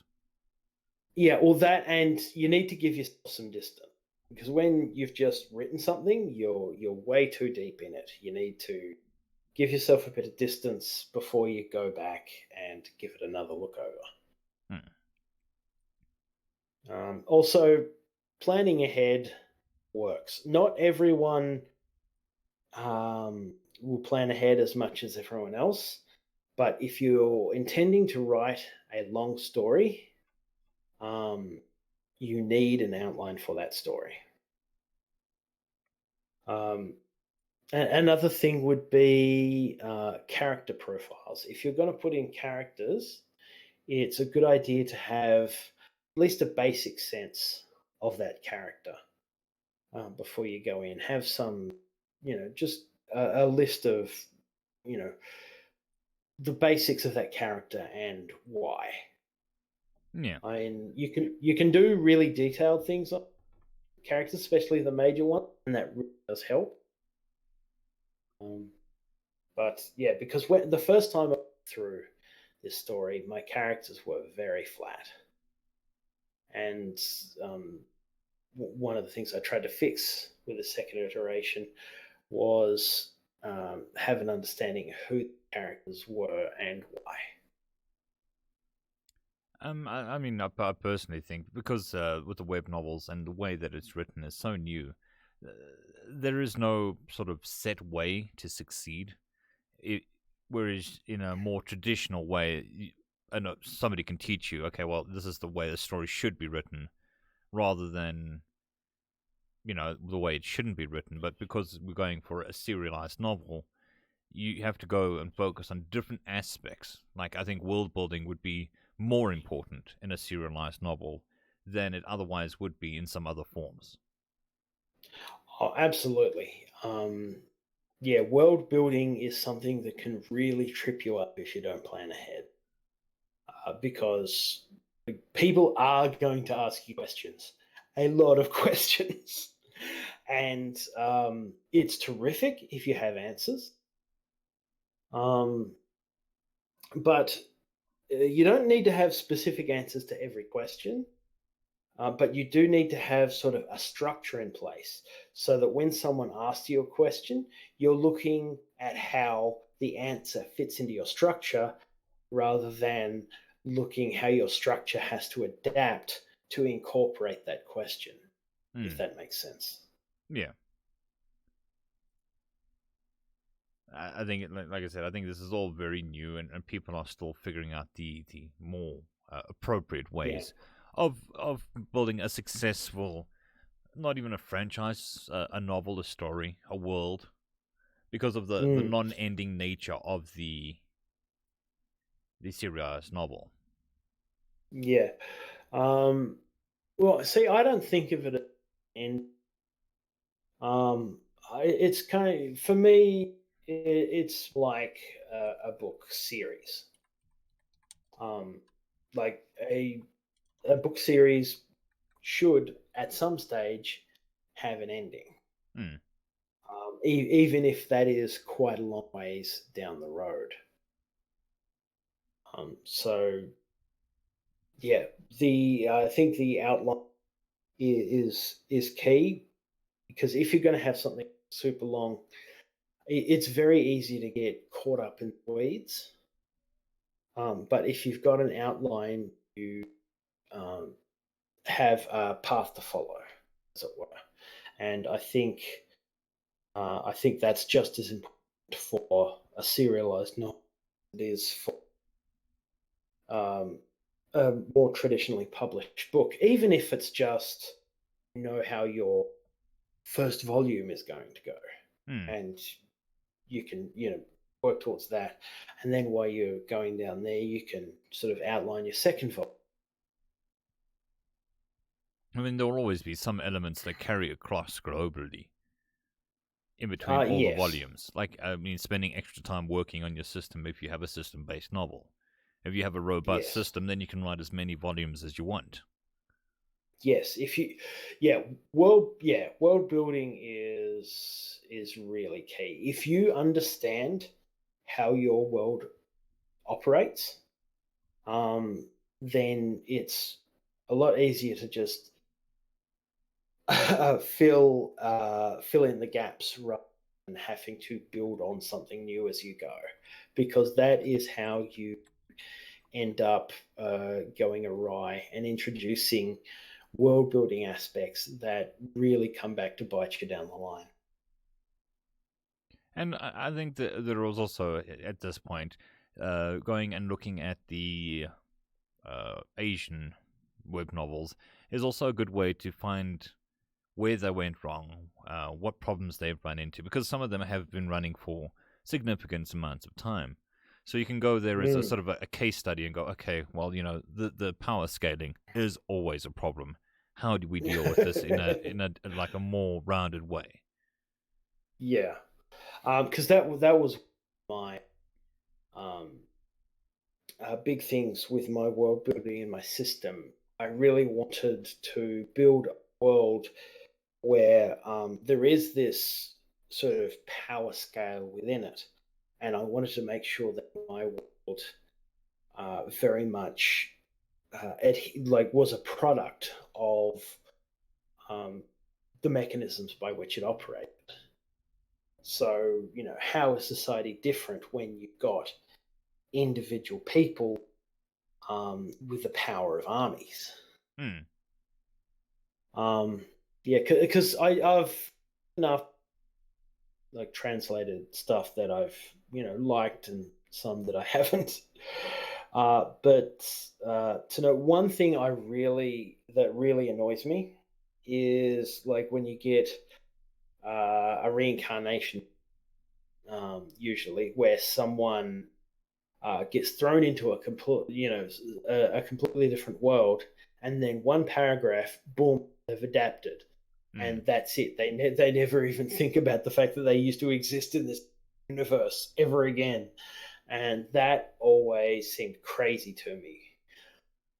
And that's why I really wanted um, that to be something Jason struggled with, and that's a part of why um, the first chapters are such a slog for Jason where he has no information, he doesn't know what's going on.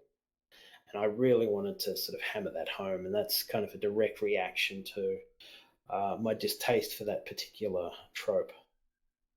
I think another a pitfall that people fall into is, everybody has this power, whatever this power is, say kick, and everybody's going to Yep. use this power the same way. Whereas in real life, that's not how it works. Everybody might have the No. same power, but everybody's going to use it in their own way. And I think a lot of Yep. your web novels forget this. That it's not necessarily what the powers are, it's how you use them.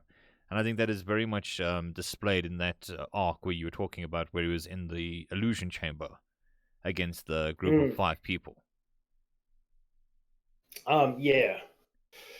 Um, yeah, I do try and mix up because I want to show a bunch of different people with a bunch of different stuff. Like there are characters who share abilities. Like there are certain essences that are very common and popular, like the might essence, which is kind of the physical strength kind of essence. There are going to be more characters who have that because it is common and popular, and they're going to share some um, sort of specific, the same specific ability, but they will be applied different ways Mm. because they operate in different ways.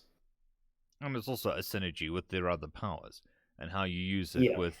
Somebody's saying JoJo's Bizarre Adventure, and then another famous one for it is Hunter vs. Hunter, where it's more a focus on how you use the system rather than the powers of the system. Mm.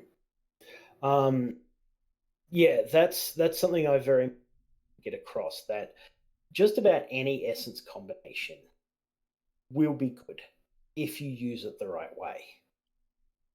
I know there's someone in Discord who kept asking me different essence combinations involving dark essence.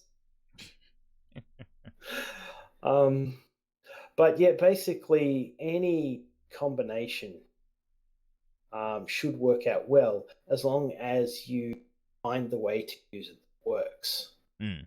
Like like Jason's powers are great in a stand-up fight, by and large.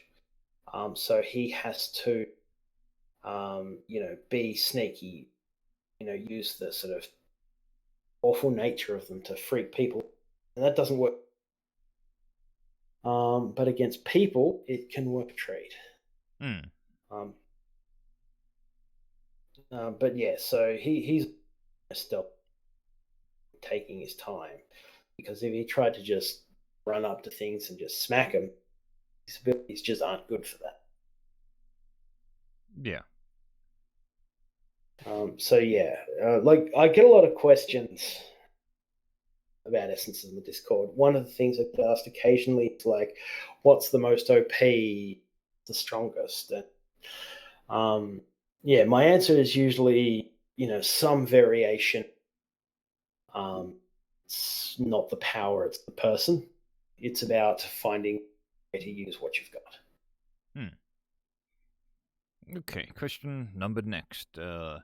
How do you write such wonderful wit to your characters, and how do you think up that stuff? Um, I don't know. It's a style that I've built up over a lot of years of writing. Um, like every writer will have their own style. Mine happens to be very dialogue heavy. Um, that's probably drawing a lot of inspiration from like television rather than actual word. Like Joss Whedon and Sork both write dialogue in a way that appeals to me very much. And I think I've incorporated a lot of inspiration from that into how I text. But really, it just comes down to, you know, building up your own writing style over time. As for how I just come up with the stuff, Yeah, I just kind of go like some scenes, some things are a lot like when I'm doing combat. I those chapters tend to take me first because I write them all out and I rework them, work them, rework them. Whereas dialogue comes pretty natural to me. Mm. So like the more dialogue heavy chapters tend to be smoother in terms of the writing process. But I guess really it just comes down to that's how my personal writing style has evolved. Hello? Hello? Yeah, you keep dropping out every now and again. Sorry. Yeah, but no, just that's yeah, that's how my personal writing style is Okay. all on writing. Okay, I'm not seeing any other questions directed at the author. Okay, well, So, how about we get to one of yours? yeah, we can move on to question number 2 of my questions. It's only taken us an hour and 50 odd minutes to get, yeah? Yeah. Because, I mean, Okay. all my questions are hard hitting, mega research, and in no way did I copy the questions from my previous streams and then just do mild edits to make them more relevant. I am way more professional than that. Okay, let's have it. Um, okay, very, very serious question. You are allowed to take your time for this question. There are some very Aussie aspects to the story. Do you ever feel pressured to have subtitles and explanations for non Aussies? No, none whatsoever. No. Um, I am perfectly happy to answer sort of clarifying questions on like Discord or in comments. But within the text, I feel no obligation whatsoever to do so, largely because Jason feels no obligation to do so. It's just part of the sort of persona that he's built up that uses to, just disorient the people around and keep them guessing and off balance. And to break the translation system. Yes, sometimes it's fun, but also um he is very Australian, um, and that's in a lot of ways something he's active worked on due to particular. I've gone into it a little bit, but his mother is a white Australian, Mm. and his father is ethnically Japanese. Um, and but his mother is all about Japanese culture. She wanted Japanese, learn about his traditional history, where his father was born in Australia, and he like as Australian as he can get. Like he's sort of super hard. And Jason has a brother, and the brother sort of followed, the mother's path, more embracing the Japanese culture, whereas Jason himself took more after his father. And his mother's family are very Australian as well. Like this isn't the whole Japanese indulgence is sort of her. The rest of her family, miners, Mm. are sort of very Uh, uh, very blokey kind of blokes and Sheila kind of women. So yeah. Somebody just pointed out there was an interesting question earlier that I missed. So I'm just looking for it. It was about the magic system. There was an earlier question that had been missed about the magic entality, the magic outside of abilities and essences that sounded interesting. Now I just need to find that question. Guys, if you're going to ask a question, just do the @author. It just makes it a lot easier for me to spot them when I'm busy scrolling through them.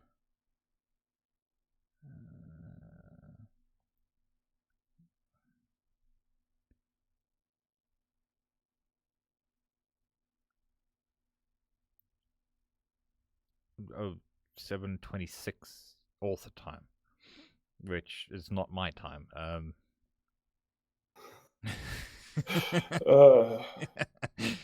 uh,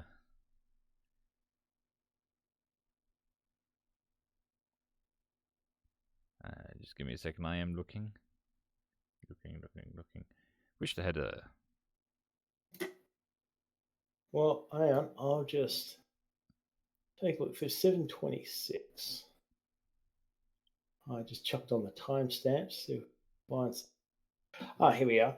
How does magic work outside of essences? Jason has already learned some rituals and didn't learn anything after that. Is magic possible without essence, such as water? Impossible. Okay, so the essences give 20 quite specific abilities that are generally very usable in and of themselves. There's sort of, they impart an instinctive knowledge. Sometimes that, doesn't work out super well. Like Jason took a long time to figure out his shadow. But there is, like, it is a magical world, and there are ways to tap into that magic outside of it. So ritual magic does not require essences at all. Somebody with no essences can, like, draw a magic circle on the ground, down the various magic lines, because that kind of magic sort of draws on the magic of the world and the materials that are used. Like, most magic rituals involve some sort of spirit usage, because a spirit coin is actually crystallized non-specific magic. So it's kind of like a battery magic in a lot of ways, a spirit. Okay. So as long as you've got the right ingredients and the right ritual, you can cast magic for various purposes outside of an essence. And Yes, time, and I'm guessing, would be another factor. It tends to be complicated, and less sort of like, it's not a very combat friendly kind of magic. For that, you really need essences. But all the magic stuff outside of essences, like magic items, are created by people. Like, sort of ritual magic is sort of core basis.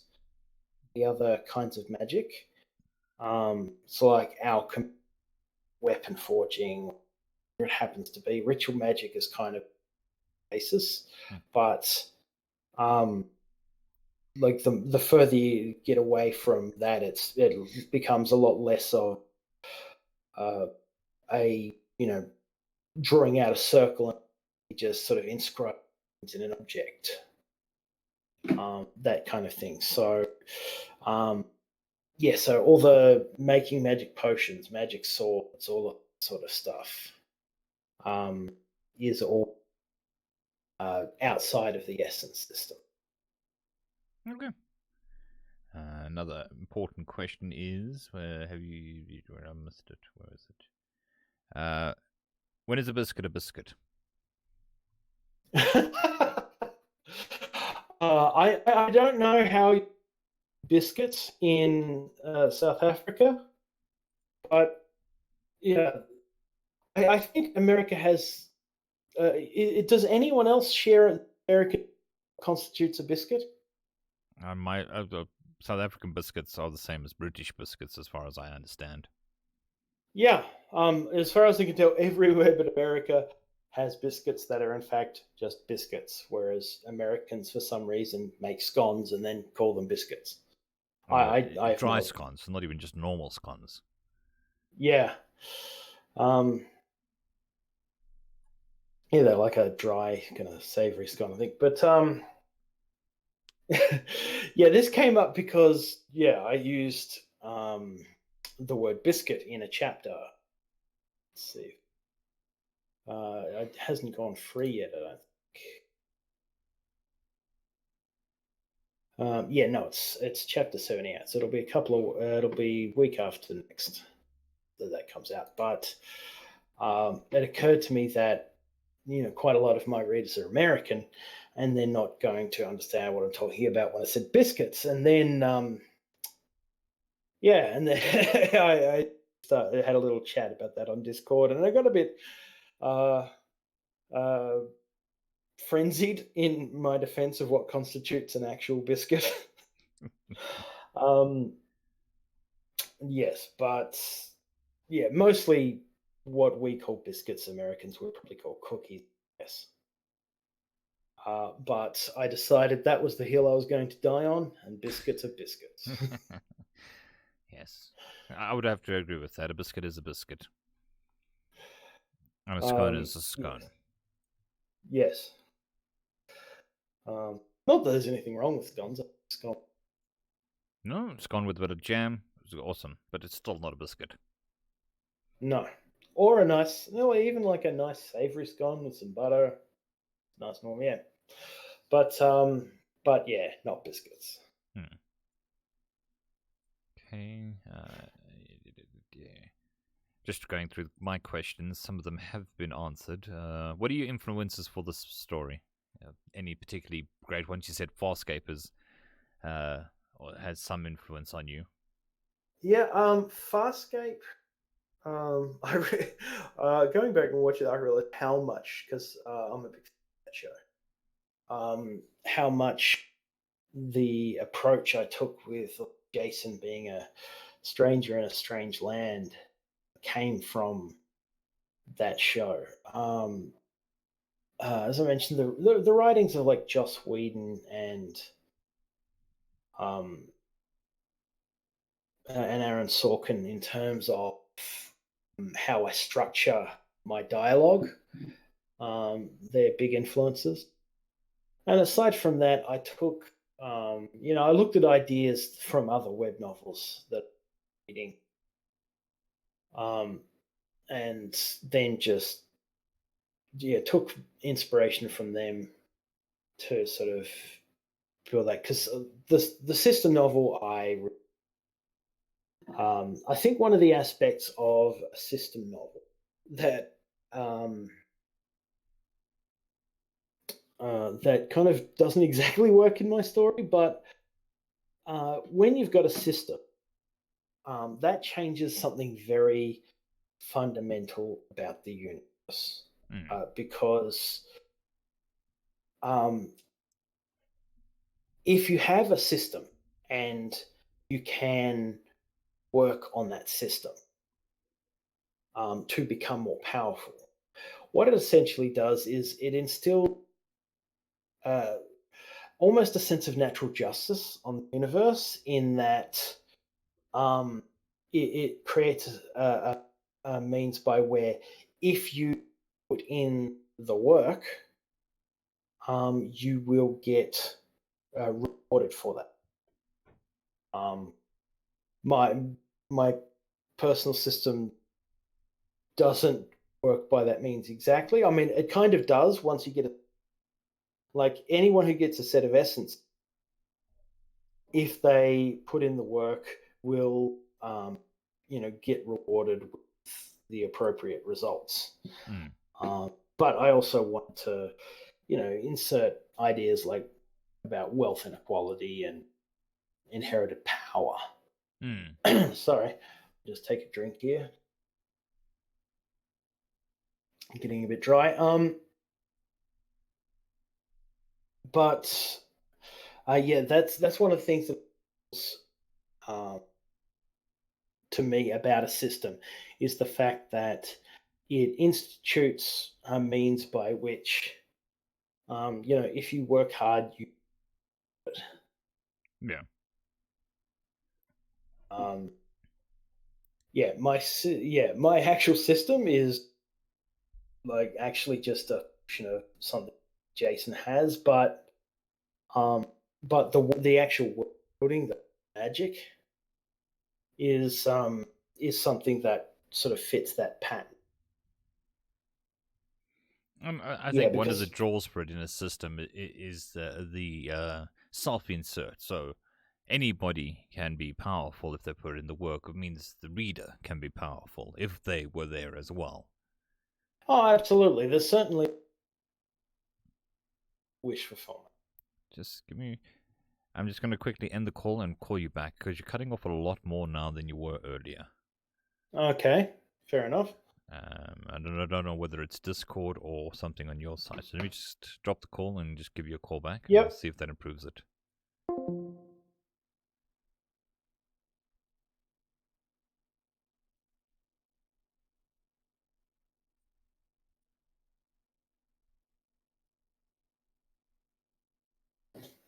Hello? Hello. Okay, let's see how that Hello. does. Yep, I can hear you. Cool. Okay. Okay.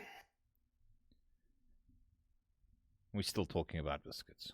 It's a powerful biscuit, yes.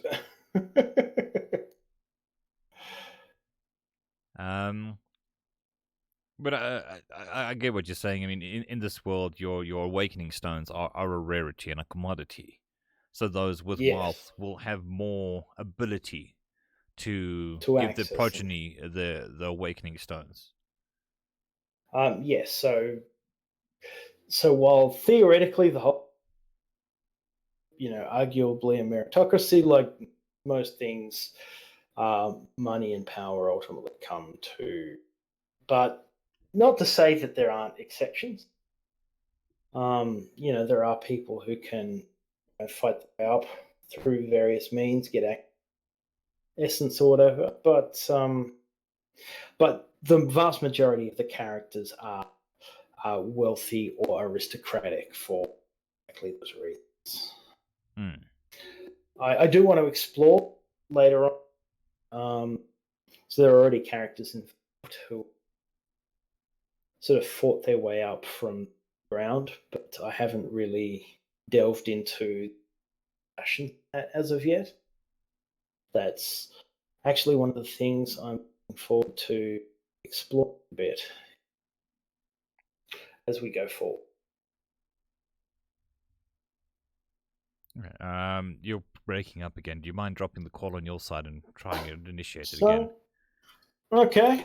It sounds to me like there's a noise gate that's kicking in and it's cutting off half your words. But okay. But it can't be a noise gate because it's gotten worse.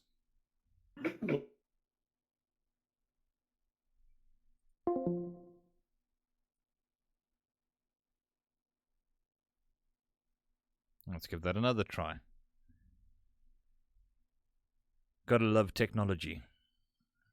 Okay, so we're good? We can try again. Like I said, it sounds like there's a noise gate cutting off the lower end of your words, and it's progressively, since we've been talking, getting worse and worse. Oh, in the that's beginning, no it was good. only once every now and again, but in the last little while, it's been quite bad. And I'm pretty sure that it's not on my end because I'm hearing it through the Discord. Right. Then it's probably it's probably a combination of my dodgy mic not picking up my voice sort of well, and me just sort of drying out. Could very well be. And becoming a little more hesitant, perhaps, as I consider the questions. Could also very well be that. Okay, let's see, we got another question here. How rare are essences exactly, and what are the chances of stumbling upon an essence while you take a stroll through the woods? Are chances affected by the environment? They are affected by the environment, in that you can have more magic in an area. Magic, sort of the baseline magic, or I guess you call the background magic, has two elements to it. One is like a magical density, which is kind of how strong the magic is, and the other is just how much magic is there. So the more magic that is around, the more you'll get manifestations of that magic, like essences and awakening stones, and also monsters. Because there's a monster surge that everyone in this, all the characters in the story have been anticipating happening, but it hasn't happened yet. And what that essentially is just a huge amount of magic showing up like everywhere for an extended period, which generates more monsters, but it also generates more awakening stones and essences. As for how rare they are, they're I mean, it's hard to specifically quantify, but people do find essences and awakening stones quite a lot. Like, there's plenty of cases of some, poor guy strolling through the woods. He might find a tree essence, and then he just, takes to the city. And if nobody robs him before he gets to someone who can sell it, he can, make a whole pile of money. Or alternatively, he might use it, um, if he can afford to have a ritual done to absorb it himself, and then he could be someone of importance in the local area. Hmm. For example, there's a character called Hiram in a little village where they spend some time with a waterfall, and he's an important person in the village because he has an essence.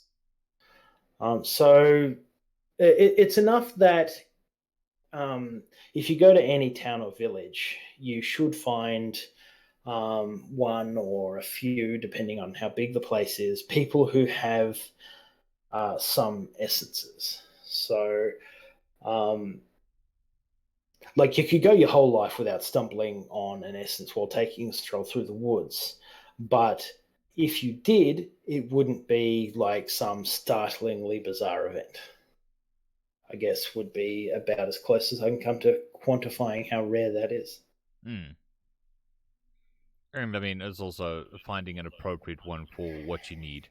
And finding the first one will help you find a second one because you'll have more power to actively search. Yeah, but yeah, most people just will, like, find one out in the woods or whatever, and they'll sell it, and that's why um, most of, like, say, the wealthy have access to them, because they just straight up buy them from people who are poor and find one. Hmm. But but the kind of essence uh, is like shaped by the environment, um, or awakening stone for that matter. For example, Jason gets a lot of awakening stones of the feast very early in the story. And one of the other characters mentions that an awakening stone of the feast just basically manifested in a pot of soup once when he was a child. Yeah. So the odds are, if you find an essence, there's a good chance it'll be useful for you, because it'll sort of appear in an environment in which you normally operate. So if you're, some kind of woodsman, then you're likely to find, like, an essence of the tree in the woods. Or somebody was pointing out that would mean like a druidic type class would be fairly common. But I Yep. thought that would just be in a forested area. You wouldn't really have a druid in a desert. Well, I mean, depends on, how do you define druid. If you want to talk about your classic, like, woodland druid, then no, you're not likely to find one in the desert. But you could certainly find someone who is very much a part of their environment, like the sort of classic fantasy type druid is, except their environment is the desert, or it is the tundra, or whatever biome you happen to like. Hmm. We got more questions rolling in now. Maybe I'll not even reach up to the end of my questions. So, what kind of environment makes a senescence? um, there are certain essences that are very um, varied in what they can incorporate, and they tend to be the very high rarity ones. Um, so, unsurprisingly, sort of religious, highly religious areas, because it would produce a senescence. But it's not just the physical nature of the environment. It can also be like the conceptual nature, as it would, like, For example, in an area with a high number of, say, skilled craftspeople, you might be likely to come across an adept essence, which is a fairly common essence that tends to do with skill. So if you've got like a merchant district with a high number of skilled tradespeople, then that's where you'd most likely find that. But yeah, sin's complicated, so it can show up in various places. But the top one would probably be uh, religious areas. But it is like the highest rarity. Uh, Um, or somebody in the chat was like, well, then the most typical place will be a brothel for the essence of sin. well, it depends on how you look at sin. If you look at sin as like, if you define it as a bad action, then that holds true. But really, what a sin is a transgression against the rules or value system imposed by some higher power. So the classical thing would be, sinning against God, um, where it's not sort of an objective morality thing. It's the morality as imposed by a certain power. Um, so yes, if you can consider what you do in a brothel a sin, um, certainly, but uh, by some moral paradigms, then what goes on in a brothel isn't a sin at all. So essentially, So you would want an area of conflict, a theological conflict or moral conflict, for a sin stone to appear. Uh, yeah, that's probably a pretty good way of putting it. But that's why an essence like sin is very complicated because it's something that can be interpreted in very different ways. Hmm. Yes, someone put in the chat. Yeah, a brothel located near a church. Depending on the church, that would certainly be a hotspot. Yes. Okay. Will Like, Jason be picking up his own party at some point, um, or was that spoiler well, territory? TBD. it's kind, it's kind of spoiler territory. I mean, he's building up relationships rather than like registering party members. Hmm. Um, it's safe to say that he will be working with a lot of people, but certainly in the short term, he's going to be working with different sets of people because as yeah, but not in, he won't have a fixed team in in at least the immediately upcoming chapters. It will be more about yeah, just working with different people, which I think is interesting because I think stories work best when characters are bouncing off of each other, and if you have an array of characters, then that works. Because I want to introduce some new characters. I don't want to like overload it with all new people. But yeah, I'm not because I don't want to do too much in the way of like switching the perspective character. I've done a little bit of it, but uh, yeah, he will be working with various people like yeah, just in the last few free chapters, he just started, did some work with a character named Clive. Hmm. And I quite like Clive as a character, but yeah, there will be other people he works with from time to time.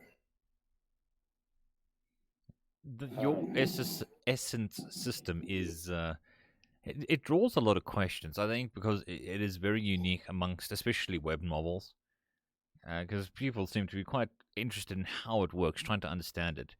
And I think Hmm. with some of the other systems, we can go, okay, so it's similar to sort of this web novel, and we can understand the sort of deeper implications of the system. For instance, somebody in chat was just asking, then wouldn't the most common be sun essence, and then followed by moon essence? Oh, hang on. I don't think they're the most common. Um, it tends, with the sun and the moon essence, it tends to be in places where they are a bigger factor. Like, so the sun essence would be more likely to show up in deserts and the like, that sort of thing. They're not super uncommon, I don't think. I'm actually just pulling up my list now so I can double check. Um, Sun and Moon are both sort of a 3 out of 5 on rarity. It's simply because um, while they are ubiquitous, that you the fact that they aren't such a focus um, is why something that is more specific to an area, something that sorry, let me just clear that up. So, when an essence manifests, it's largely based on where it is. The more specific elements that around it are more likely to kick in than, say, something more ubiquitous like the sun or the moon, if that makes sense. So a sun essence is more likely to show up in places where um, the sun is a huge factor, like the desert, and yeah, the moon might show up in places where, um, like, it could show up like in a water where, um, in a fairly tranquil place where uh, moonlight is a very defining aspect of it, if that makes sense. So it would really be depending on the how you would interpret where the essence would be. So people would naturally associate sun with desert and tranquility with moon, even though technically speaking, a desert would have as much moon as sun. Yes.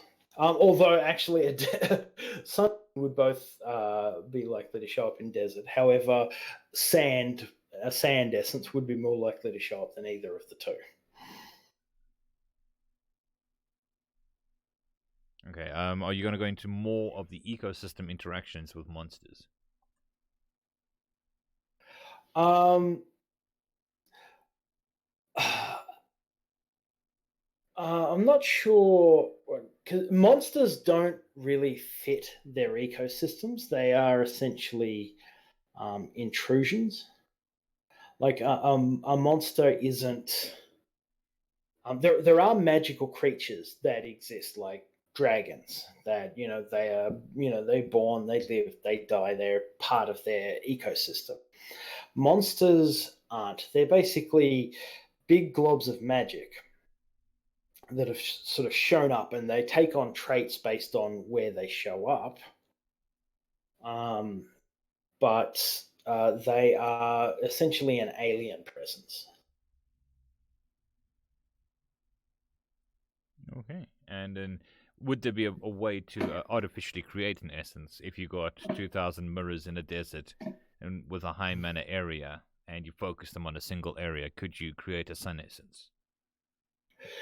If you waited long enough, yes, because you can't really force an essence to form. But if you set up something like that was reflecting a whole bunch of sunlight, say on a focus, and you did that, say, during a monster surge when there's lots and lots of magic around, then yeah, theoretically, you could, if an essence manifested, there's a good chance it'd be a sun essence. I don't know that that's really practical, but given the preponderance of people in the world, there's probably some lunatic somewhere who tried exactly that. Everyone else is like trying to protect themselves from monsters, and he's out in the middle of nowhere building some crazy contraption to try and make himself an essence. Well, I'd imagine you talking about wealth disparity as one of the themes. That is something that a wealthy family would sink their resources into to try and corner the market on essences and awakening stones. Would be to try and Yeah, find it's some artificial way to generate them. yeah, um, yeah, but the lack of practicality would essentially mean that most wouldn't bother to try. So what you'd end up is like some crazy uncle of a super rich family just trying something nutty would be more likely than anyone trying to set up sort of an industrial essence production thing. That's just it's not a sort of practically feasible process. Cool. How long until Jason travels to the city with a higher density of mana or power or more powerful people? Um, it will be after he has reached bronze rank, definitely. And then, so monsters are like cane toads, where they go into an ecosystem and destroy them. Um, yeah, they cause issues because they tend to be more powerful than like the general animal wildlife that's around. Um, yeah, it's like suddenly dropping an apex predator into the middle of an existing ecosystem. Yeah. And there is a time limit on the monsters. They created, they exist for a time. They go berserk, and then they self-destruct. Is from what I got from the story. Yeah, that's pretty much it. They because they are basically um, blobs of magic that have manifested into a certain shape, but unlike an essence or an awakening stone, it's an unstable shape. Depending on like how strong the magic involved is, their bodies will eventually start to break down. At which point they tend to go berserk. More Uh, interesting question with that system is: would that have in any way be the ability to create a sentient monster? uh, Yes, higher ranked monsters can absolutely spawn with levels of intelligence. Also, um, I just don't want to go spoiling. Let me check what we're up to.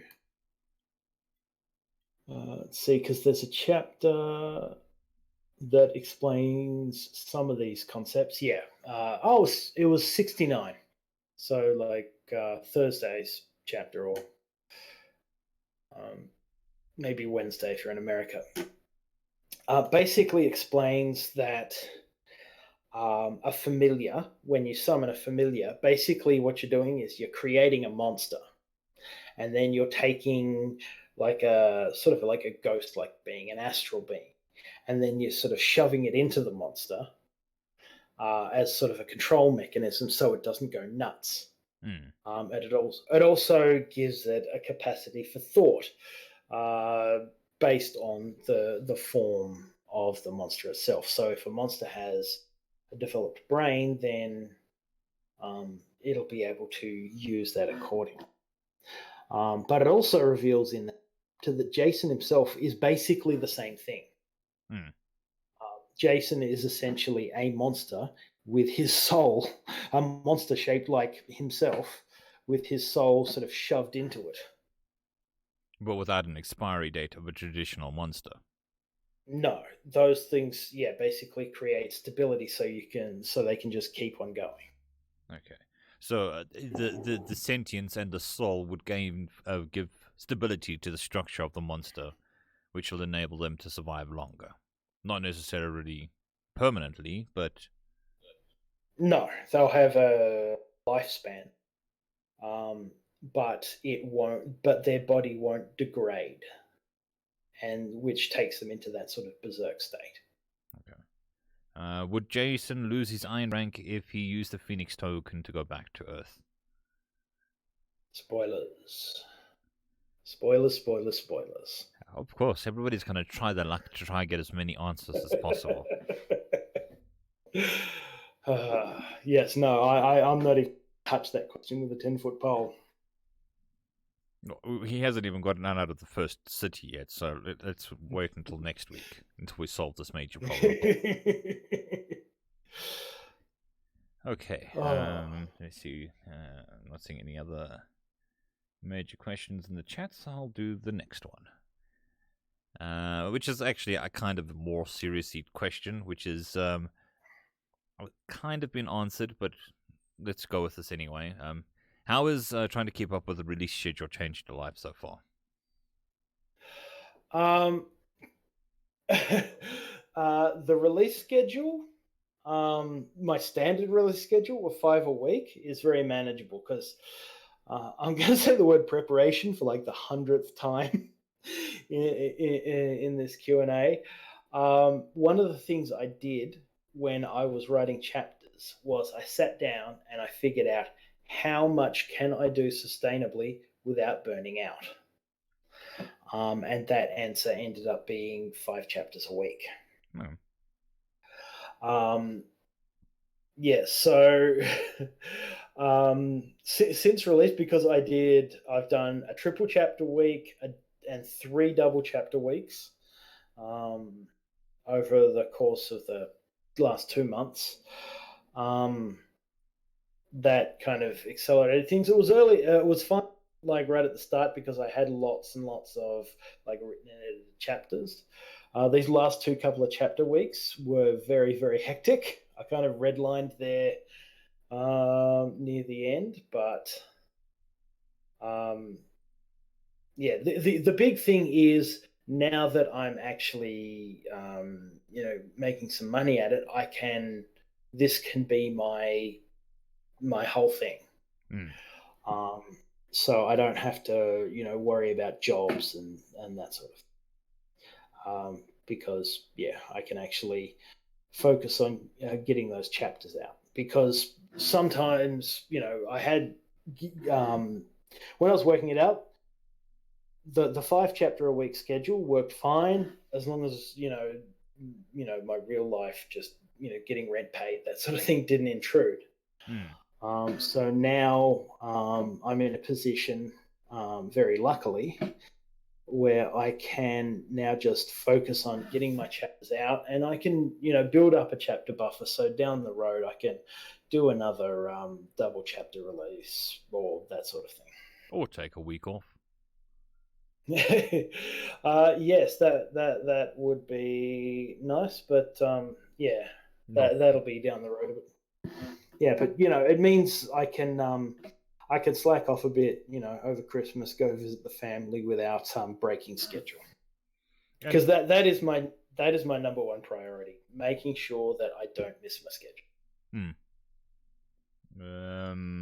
Right. More questions rolling in. They seem to come in surges. Let's see. Your favorite trivia about supporting characters you couldn't mention in the story. Let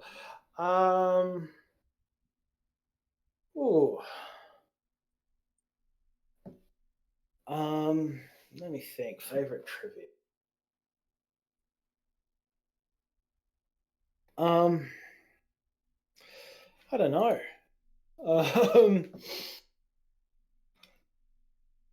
There's a rumor that there's a squirrel running around that world, and you only know it because it runs up to you and tells you stuff. Yeah. No. Favorite bit of trivia.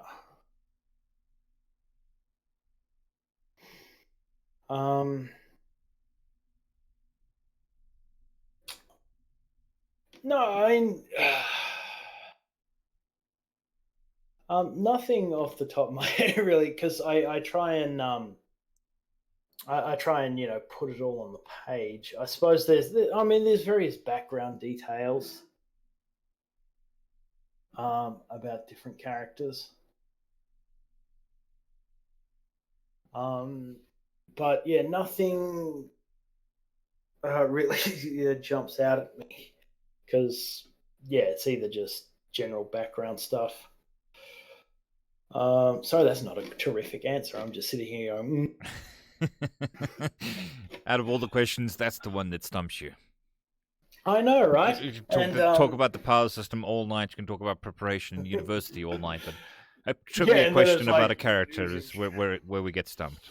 um, I will say, yeah, I don't know if it's really a trivia question, but the new character that's been introduced in the 3 chapters, Clive.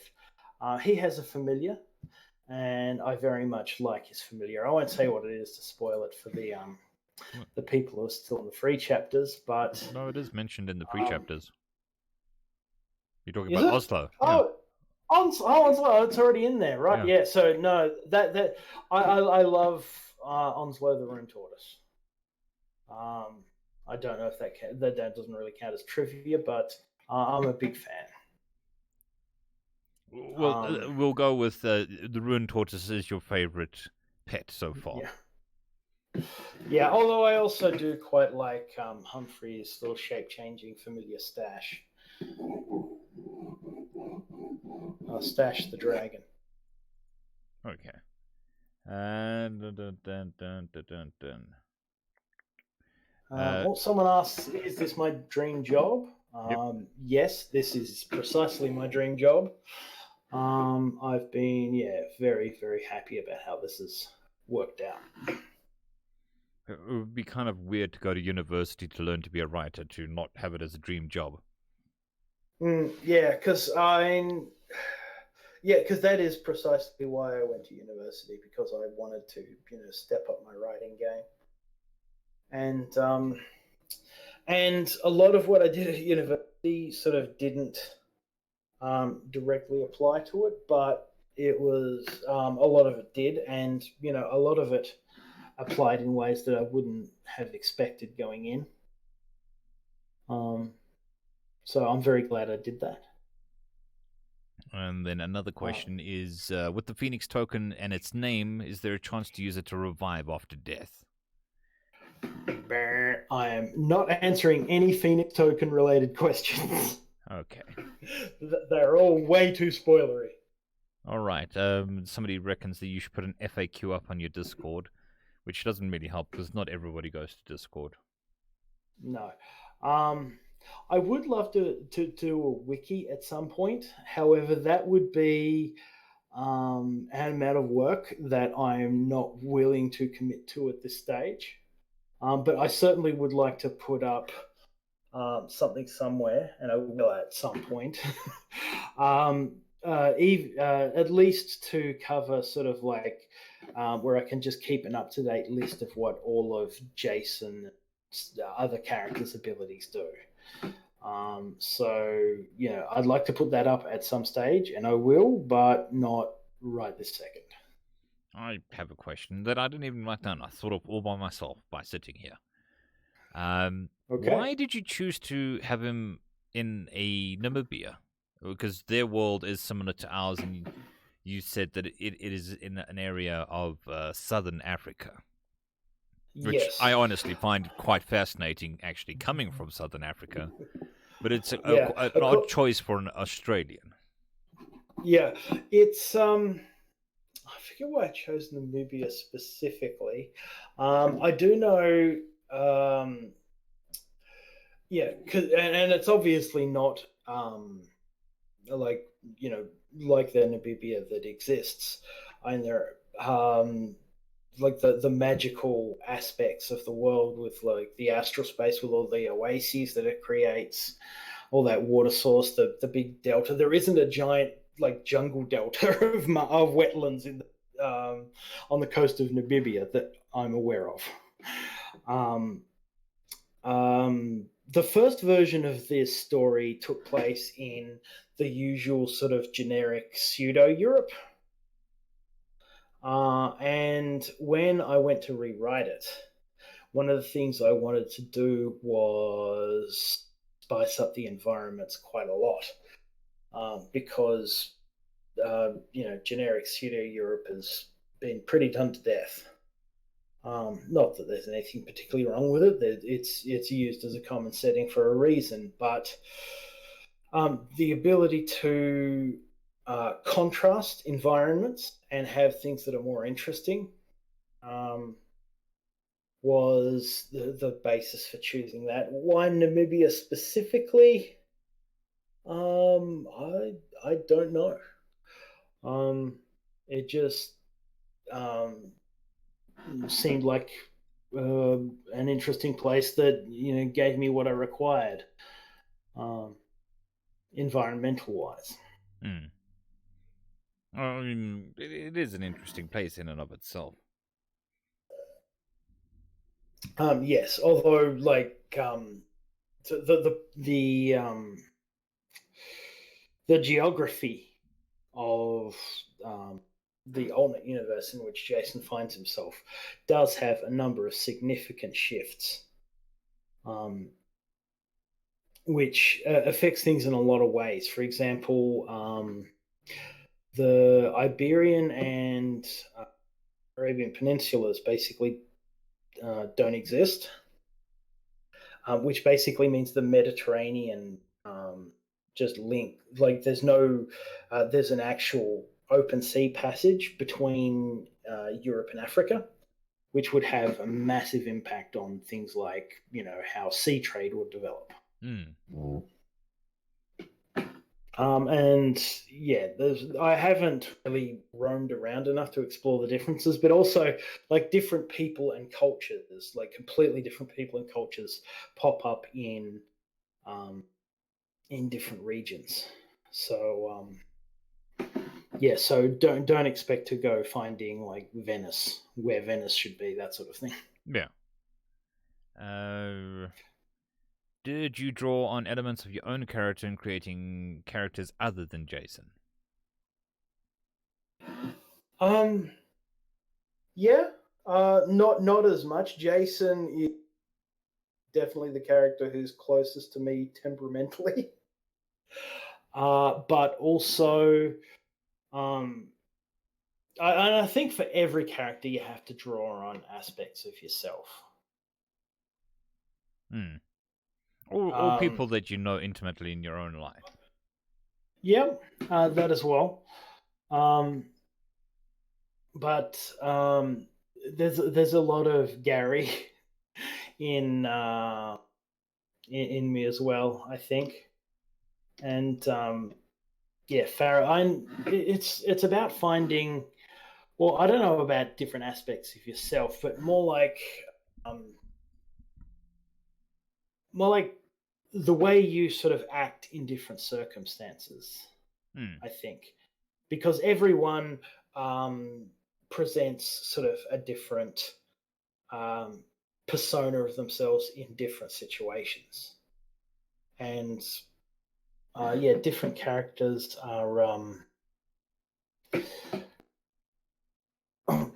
sorry, and different characters I kind of draw on for that. But I think that's true of any character you create. If you want to have a character, like even someone like say Tadwick, who's like an entitled, self-aggrandizing weasel. He's when I was a lot younger and more foolish, in some of my more arrogant moments, of which I don't think there were too many. The world piled plenty of humility upon me, but in those fleeting moments of arrogance, a lot of Tadwick came through, which is, yeah, why he's the way he is. Is Jason ever going to use anything other than daggers? Yes. In fact, doesn't he get a sword in one of those Yeah. He Gary gets a made him a sword, didn't he? Yes, yeah, which he pulls out. He doesn't use it especially well the first time he pulls it out, Yeah, chapter 56, he gets a sword, a magic sword, and that is not the end of his tools. He will be, sort of tooling up a bit better as things go Okay, and on. how But openly atheist is Jason? how openly atheist? Extremely openly atheist. Hang on. Well, actually, I say that. I mean, if your terms in open on, does he hide his atheism under a bushel? He does not. Um, I guess, but it can be tricky with atheism because there's a lot of terminology that's thrown around. I don't know if them like if it's in terms of does he like just project to the world that he's an atheist, then yes, he super does. He's kind of obnoxious about it. Mostly because he's got a family member who was kind of obnoxious about being religious, but um, yeah, there's a lot of terminology. So if that's what they mean by open atheist, then yes, absolutely. Hmm. Okay. But if you're talking about questions like sort of hard and soft atheism, um, where like hard atheism is the absolute assertion that gods don't exist versus a soft atheism, which is I don't believe that gods exist. But although at this point he is not an atheist at all, he is now a theist because he believes in gods now. What, he's meant one? He, yes, um, although they're very much in the sort of Greek god or Norse god kind of mold, where there's a pantheon and they're not omnipotent creators of the universe. Hmm. I think if I remember correctly, there was something along the lines of it's easier to view them as just really powerful beings rather than gods in the traditional sense. Yes. Okay, how many chapters ahead do you? Yes, he does plan his story, but and how many chapters ahead is there? Do you write? How many chapters ahead? I'm currently about 10 chapters ahead of the Patreon. Um, and yeah, because that got down. I had about a month's worth of advanced chapters before the double chapter weeks came along, because I had to, as well as releasing double chapters, I also couldn't write as many chapters because I had to do a quite an editing frenzy. So that's why when people keep asking me on like comments and chat and Discord about more double chapter weeks, I say not now, because I need to build that buffer back up. A Capeto King, this will be backed up onto the channel as a video, so it will be available in the future forevermore until YouTube falls out of the sky. Mm. So this, if you have missed the beginning part of this, it will be available. It's just when the stream ends, just give it, I think it's about an hour for YouTube to process the stream, and then it should all be perfectly available. Okay, let's see. What do we got here? How close to omniscience does the goddess wisdom get to? Well, the goddess of knowledge, she has access to all knowledge in the world in which she operates. So if anyone does or has like knows or known something, she has it, which makes her very, very powerful. Like other gods sort of have the authority to like directly intervene. Say, like the god of oceans can mess around with the oceans. She doesn't have that. But the fact that she knows everything that is or has been known is ludicrous. Mm. Like because it's effectively mind reading everyone all the time at the same time, because as soon as they know something, she knows it as well, And and not only mind can reading everybody impart. now, it's mind reading everybody that's been as well. Yes. So that is ludicrously powerful. It's also why gods don't really care about people like Jason who like snub their nose a bit because it's like an ant giving you the finger. Nobody, you it is so below you that it's Just that mildly said, humorous, maybe. yeah, yeah. Well, the thing about gods is they're immortal. They've been around for a squillion friggin' years. They've seen all the people, and for them, people are kind of like television. Mm. Yeah, people are like the YouTube for gods. Okay. Okay, I'm not seeing any more questions. I'll move on to my next question. Okay. Another heavy hitter. How has this changed your life from the success of the story? I know we've touched on this a bit. Yeah. The success of the Patreon, which has been crazy, um, basically gives me, the financial freedom to refocus on what I really want to be doing, which is exactly this. Um, like I don't have to worry about things like groceries and rent and all that stuff. I can just get up in the morning, sit down at my computer, knock out some chapters. Um, and yeah, it's just really because I've been doing this while I've been working on this story for quite a while. I've been doing the whole starving artist thing, just barely sort of getting by. So the fact that like I don't have to process every expenditure in my life Mm. is good, but it also taught me to live pretty frugally. So that's um, so there's some positive stuff there, but basically it just takes a certain aspect of pressure off of me that was sort of impacting my ability to sit down and write, and the fact that that's gone is awesome. Cool. There's a question there. Can knowledge be tricked by mental illness if only one person has? Yes, because she works off of knowledge. So she could easily mistake something as knowledge if it was just, say, somebody with If schizophrenia, imagining something yeah, as being knowledge and not realizing that yes, it was a mental illness.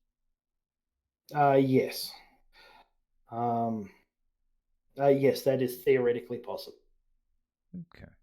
And then Okay, how do you manage your time? I schedule. Basically, I treat this as a job. Get up in the morning and I work through the day. And yeah, that's basically it. I just sit down um, and I write because that's a big thing about writing. If you only write when you feel like writing, you will never write. That old thing about like 1% inspiration, 99% perspiration. It's a cliche, but it's true. Um, there's lots of sort of things around writing. One of which is you have to write out all the bad to get to the good. So even if you sit down and a whole bunch of like crap, like I've sat down and I've written a whole chapter, and I just haven't been happy with it, and like scrapped it and just wrote it again. Um, and yeah, it's really just a matter of scheduling. When I set myself a time to write, and then I sit down and I write in that time, then it gets done. Because I've been plagued by procrastination gremlins many a time. So what works for me is just setting a schedule and keeping it. Hmm. Okay. I'm just going through my questions. We've answered this one. Do you read joke books and watch comedies to store up jokes for your story? No, no.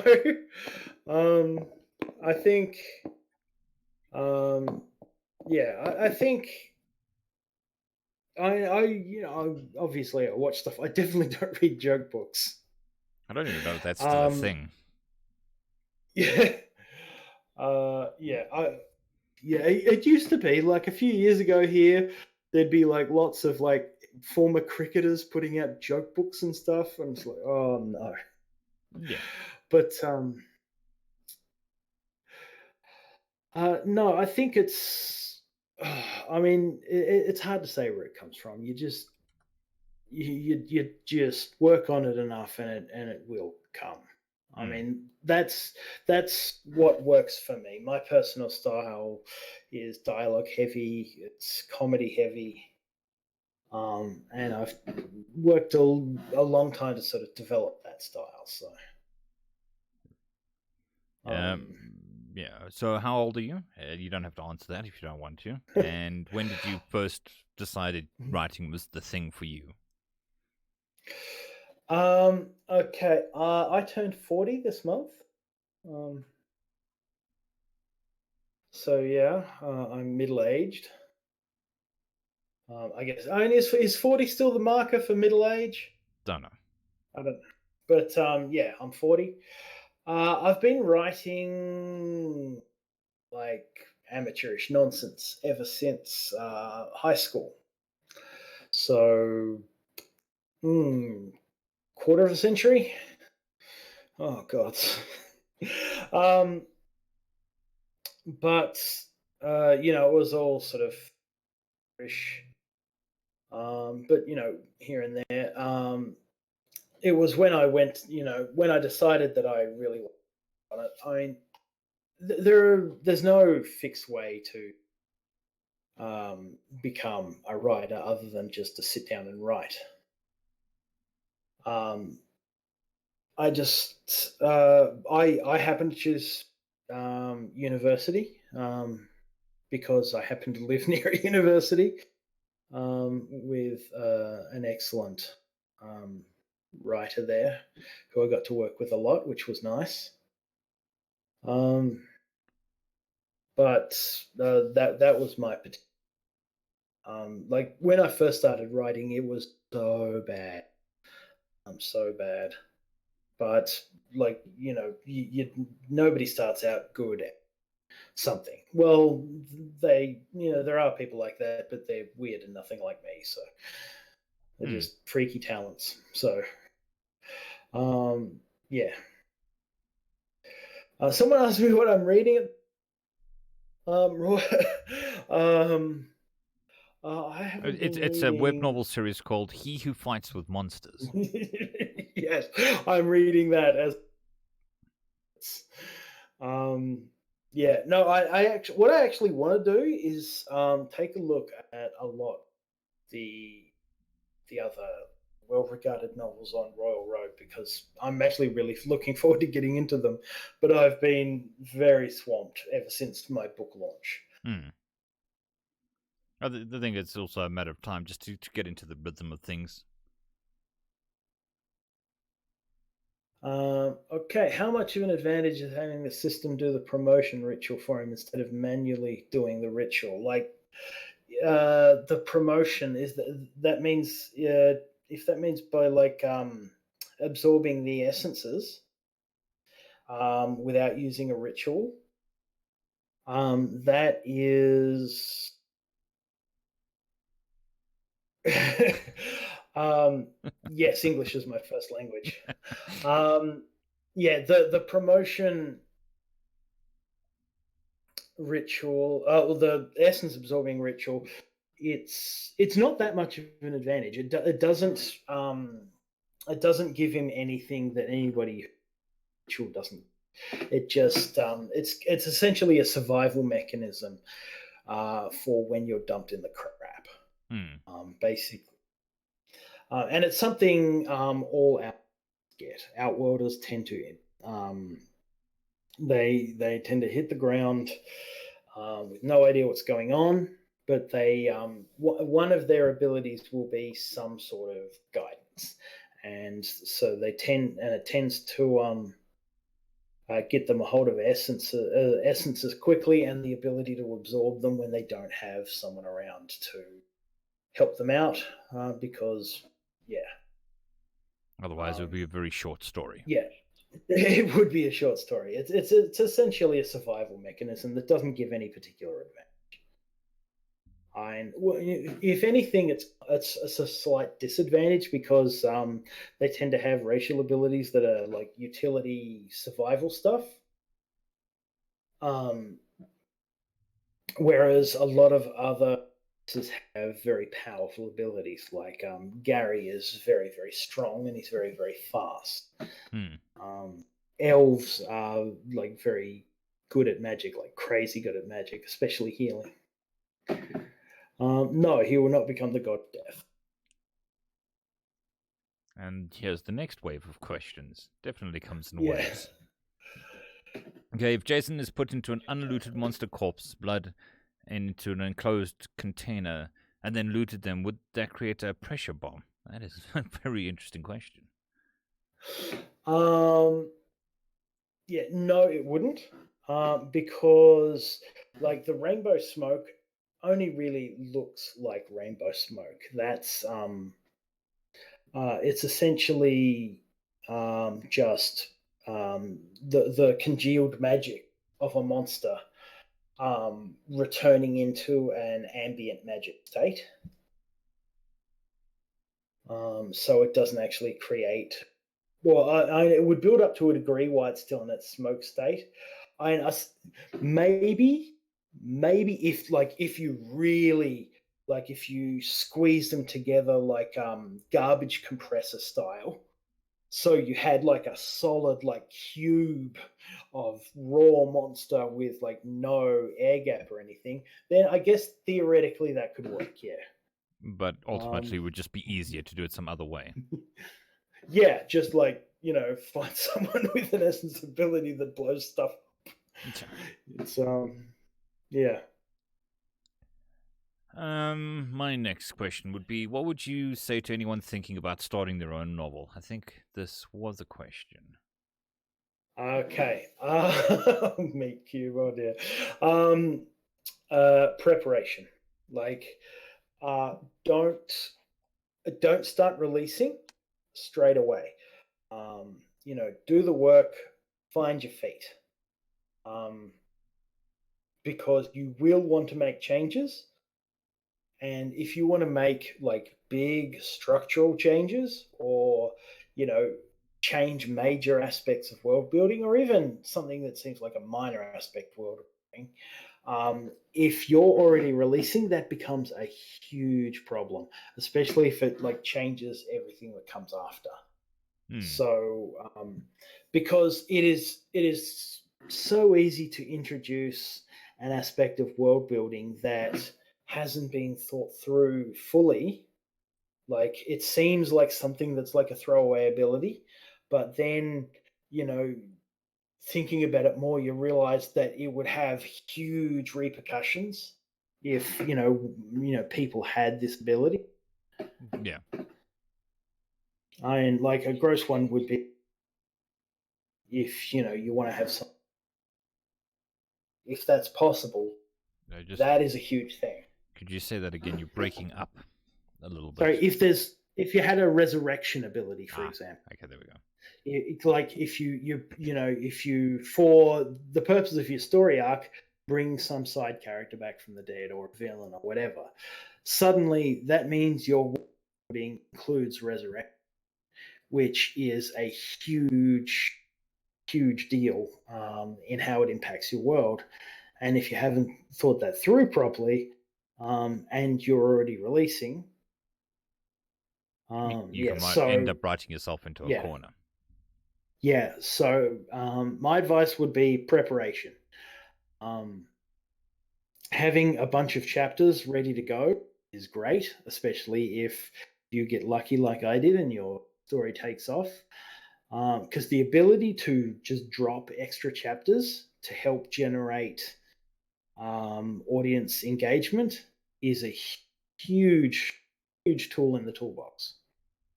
Yeah, but if you're only going to prepare like one thing, get your world building down before you start. That would be nice. Okay. Just a favor again. Do you mind disconnecting because you're breaking up again? Just disconnect and reconnect. Okay. Yep.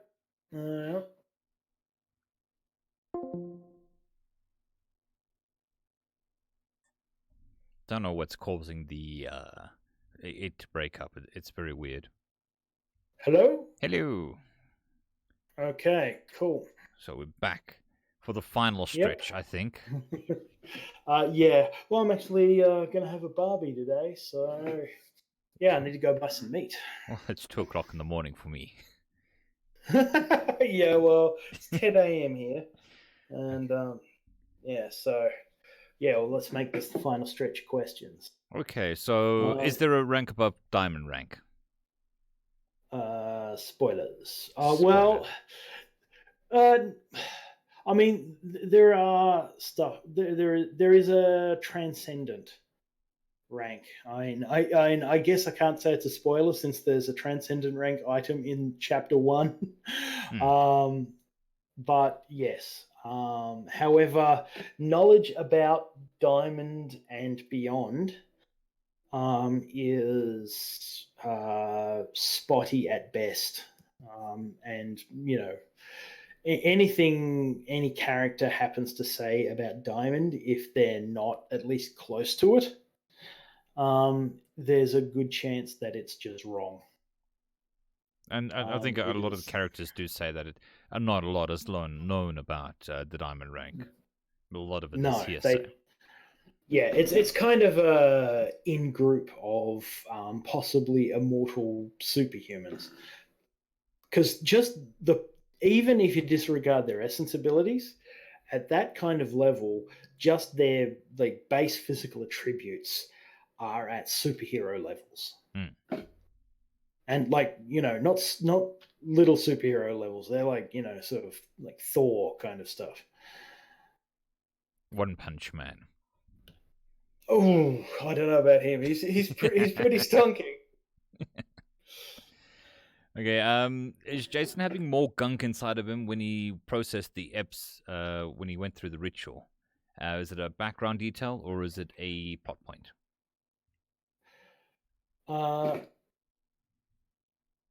when he When he broke through to Iron so Rank, when he expelled yep. all the Yeah. Yeah, that's something I took from cultivation novels, the sort of purging of impurities. hmm. um Yeah, it's an aspect of worldboarding. Everyone goes through that. It's not an aspect of like the way Jason's body is, you know, But it was pointed out essentially that created by Jason magic. had Yeah. more than Oh the average yes. person. The fact that he had more. Hmm. Yes. The fact that he had more was a function of the nature of his body. Alright, Everyone goes through it. He just went through it worse.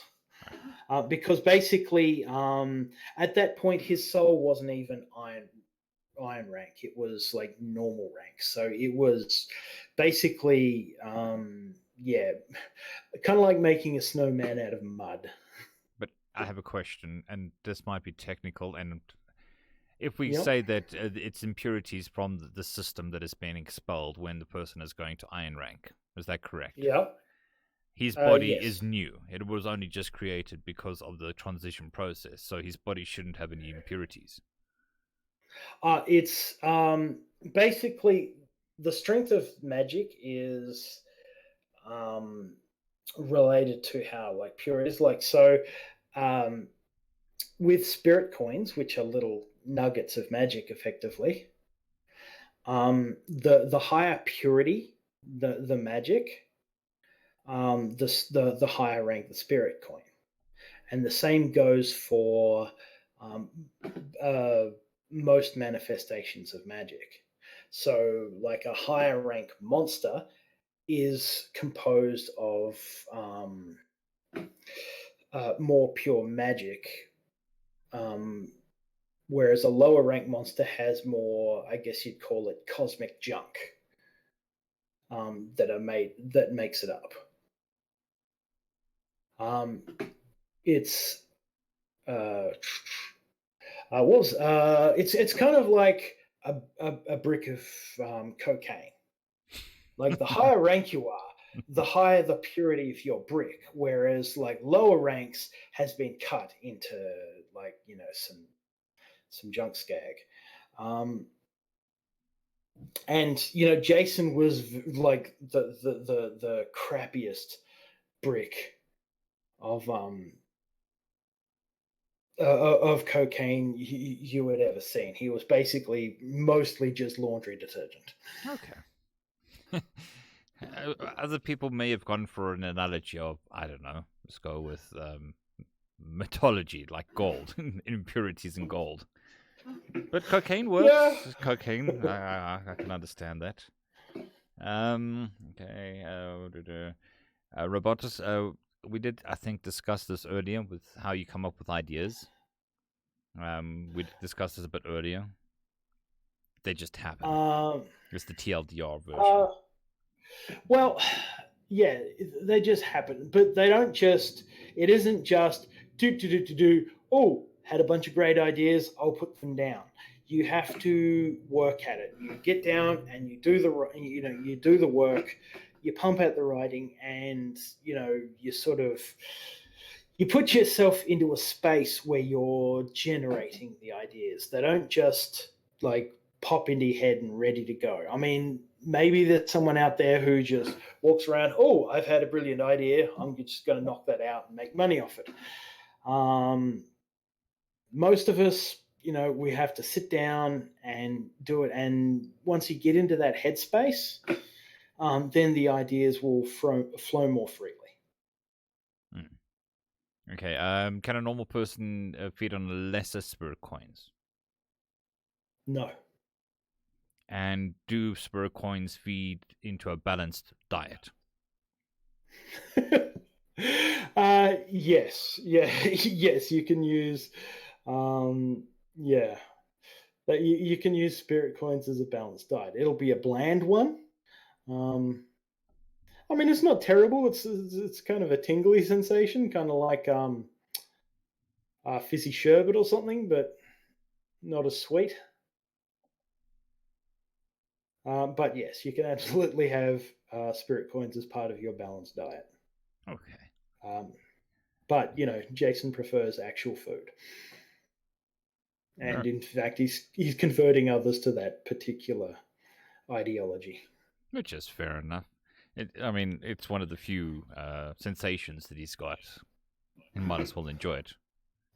And Yeah. I mean, he Well, can that's eat whatever he a wants without suffering any consequences, really. yeah. He can, and if anything else, yes, because that's one thing about essence is once you reach iron rank, you don't have to use the bathroom anymore, um, which is mentioned in one of the Mm. early chapters. But yeah, one thing is your senses are enhanced as your spirit attribute increases, which it governs magic, but also your senses. So um, he can, food becomes much more of a thing because his sense of taste is enhanced and smell, which is just sort of a minor perk. Although it means he'll have to get more picky about his food. Yeah. But it also gives him the opportunity to eat stuff that he would not normally have been able to eat. Oh yeah, whether he wants to or not, yeah. But yeah, that's certainly true. Okay, are the missions he gets from this system related to the reason why he transmigrated? No. It's kind of yeah. I'll say no, and I won't say any more than that because that's pretty spoilery. Okay.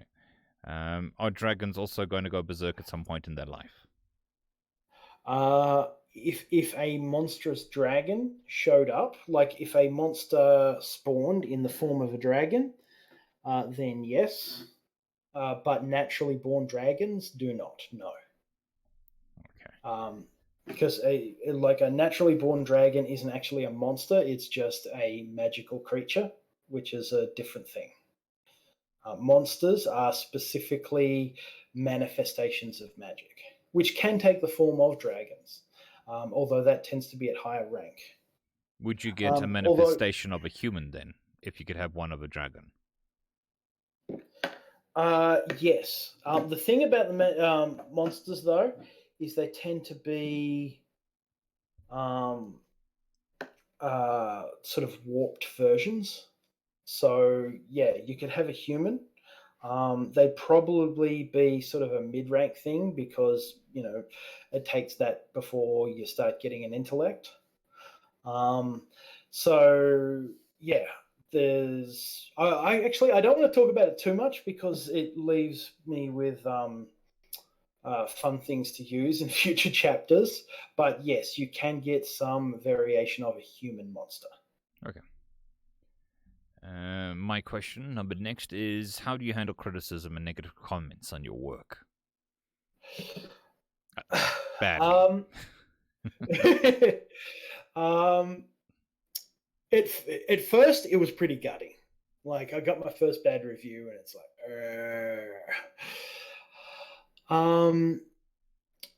yeah, you, I read all my reviews and all my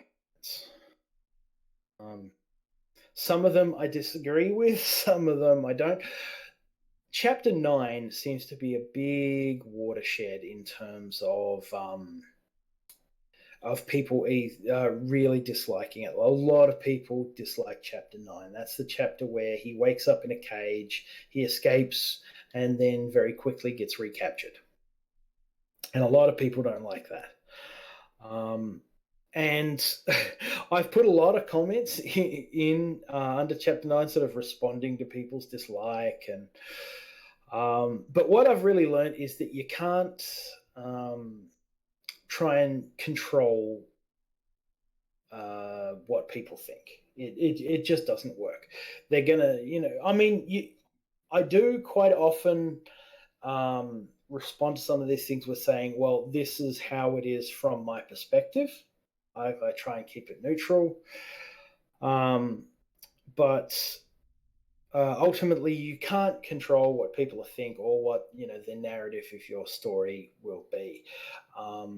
So you can try and make it clear your position, but ultimately, you just have to let people think what they think.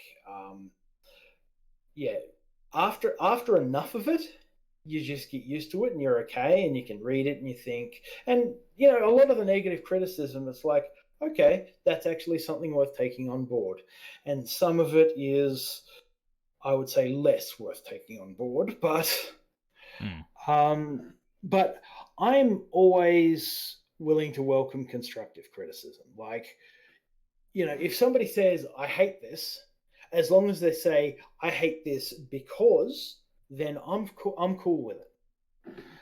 I mean, yes, it, hurt quite a lot at the start, but, once you get used to it, it's fine. Sorry, I was just sneezing, trying not to blow everyone's eardrums out. Um, Okay. Yes, monsters can get feelings and sentiments for humans. I think was the consensus. And uh, yes. If they have, developed thoughts, and generally, yeah, so it could be quite tragic because once you get to higher ranks, the monsters can actually last quite a long time. Like, to the point of the very high ranks, they can last years and years. So yeah, theoretically, it could be a very tragic end for a monster because there's not much you can do about their ultimate demise. mm, That being said, like, um, it wouldn't be that bad. Like, high end monsters will last longer than, say, your pet dog. mm, Um, so, theoretically, there could be like an actual relationship there. yeah. Have you read Lord of Mysteries from webnovel.com? I have not. It's an Aldrich steampunk novel.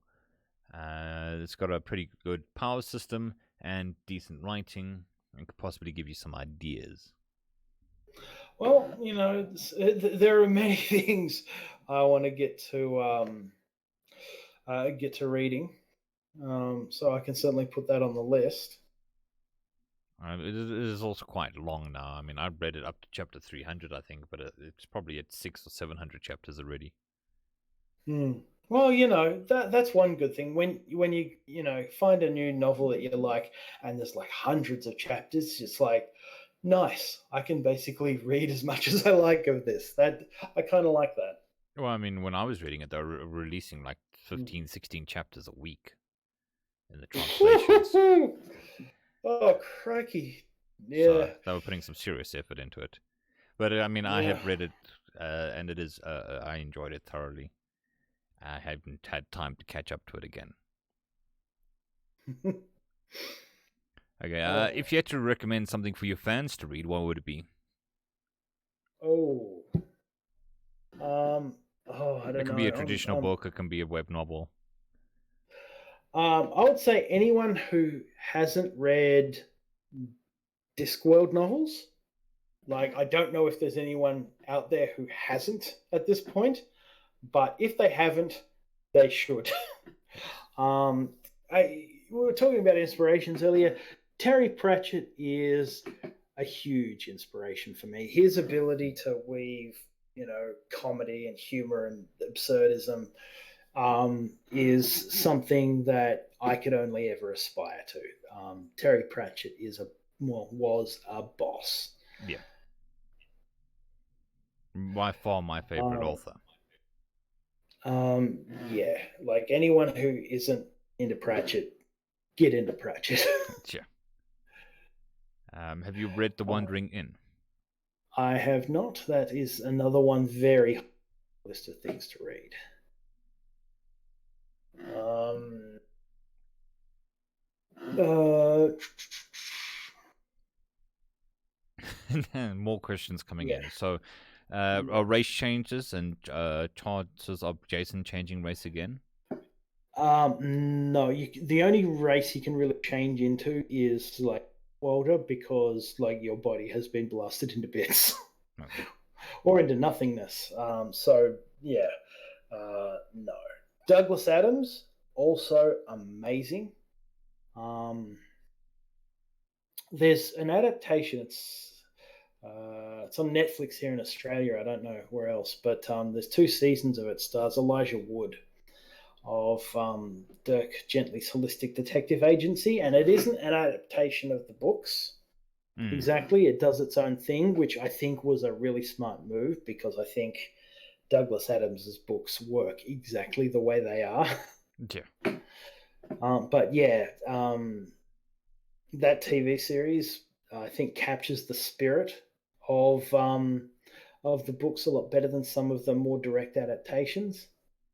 But it's really hard to top those. Like the Dirk Gently books are amazing. The Hitchhiker's Guide books are also awesome. I love them all so much. I remember the movie of Dirk Gently, but I don't remember a series. But I don't really keep up Um, with that sort of thing. there are actually a couple of series. One ended like last year or something, I think. Yeah. Um, yeah, it's one of the few that really sort of captures the essence of Dirk Gently. It was um, yeah, it was Dirk. Yeah, it was Elijah Wood um, as like a sidekick character. It was I love that series. It's very crazy in a Douglas Adamsy kind of way. Yeah, insane, I think would be the correct wording for that sort of thing. Okay. Well, it's coming up on 10:30. So how about we just do one last question? We've got one here. What are the Go. thoughts of your family knowing you write for a living? Yeah. So, um, I've been kind of the deadbeat son for quite a while. Um, I come from a family of tradespeople, um, and they're very, very proud that I'm actually, succeeding, because they never really. Um, we're very different, me and my family, in a lot of ways, and a lot of um, Jason's sort of feelings about his own family um, come from those sorts of relationship that I have with mine. It's not a direct translation in a way. Like Jason's family is very different to mine, but some of the feelings of being apart in certain ways. Um, because like I, went to university, was more sort of academically minded, whereas they're all very, hardworking tradespeople, and so. But now that I've actually had some success, I think it might be time to knock it off. They've been really proud. My mum made me a cake with my username, Shirtaloon, frosted in chocolate, and that was really lovely. Cool. I've got 2 more That was questions of nice. my own, which should be quick, but I think they're important Yep, questions. I cool. asked them of everyone. If you could say anything to your fans, what would you say to them? Thank you. Um, yeah, this, like, the response I've gotten on the Patreon has been sort of well, life changing. Well, actually, not so much life changing as allowing me to, you know, live the life I've been struggling to live without the struggle, and that is something that I am immensely grateful Awesome. for. Yep. And the And last one lucky last. is, what would you say to the people that haven't read your story? Your sales pitch. um, my sales pitch. Um, I don't. It's all about a fun ride. Um, I don't want it. I want it to be light-hearted without really being light. Um, but ultimately, I try and write in a way that people will enjoy. That is my end goal, to be just a fun read. Um, that'll leave you thinking a bit, but not like sort of bogging you down. It's not a smooth pitch, I guess. That's why I spent a while like sort of tweaking my synopsis Hmm. on the front page, but yeah, I guess I'm going for a tone maybe similar to the MCU, like the Marvel Cinematic Universe, where it has its emotional moments, but really it's about like a big, fun, wild adventure. Okay.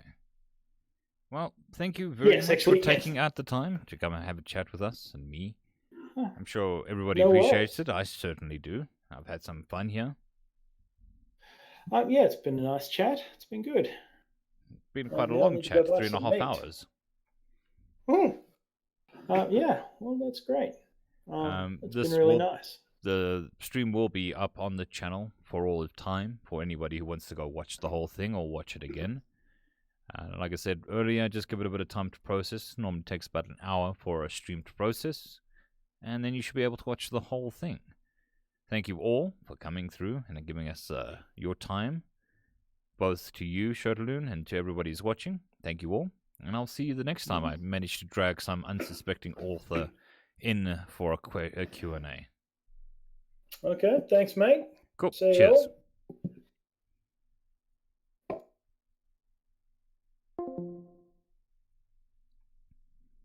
Thank you, people, for coming through, and I'll see you next time. Cheers.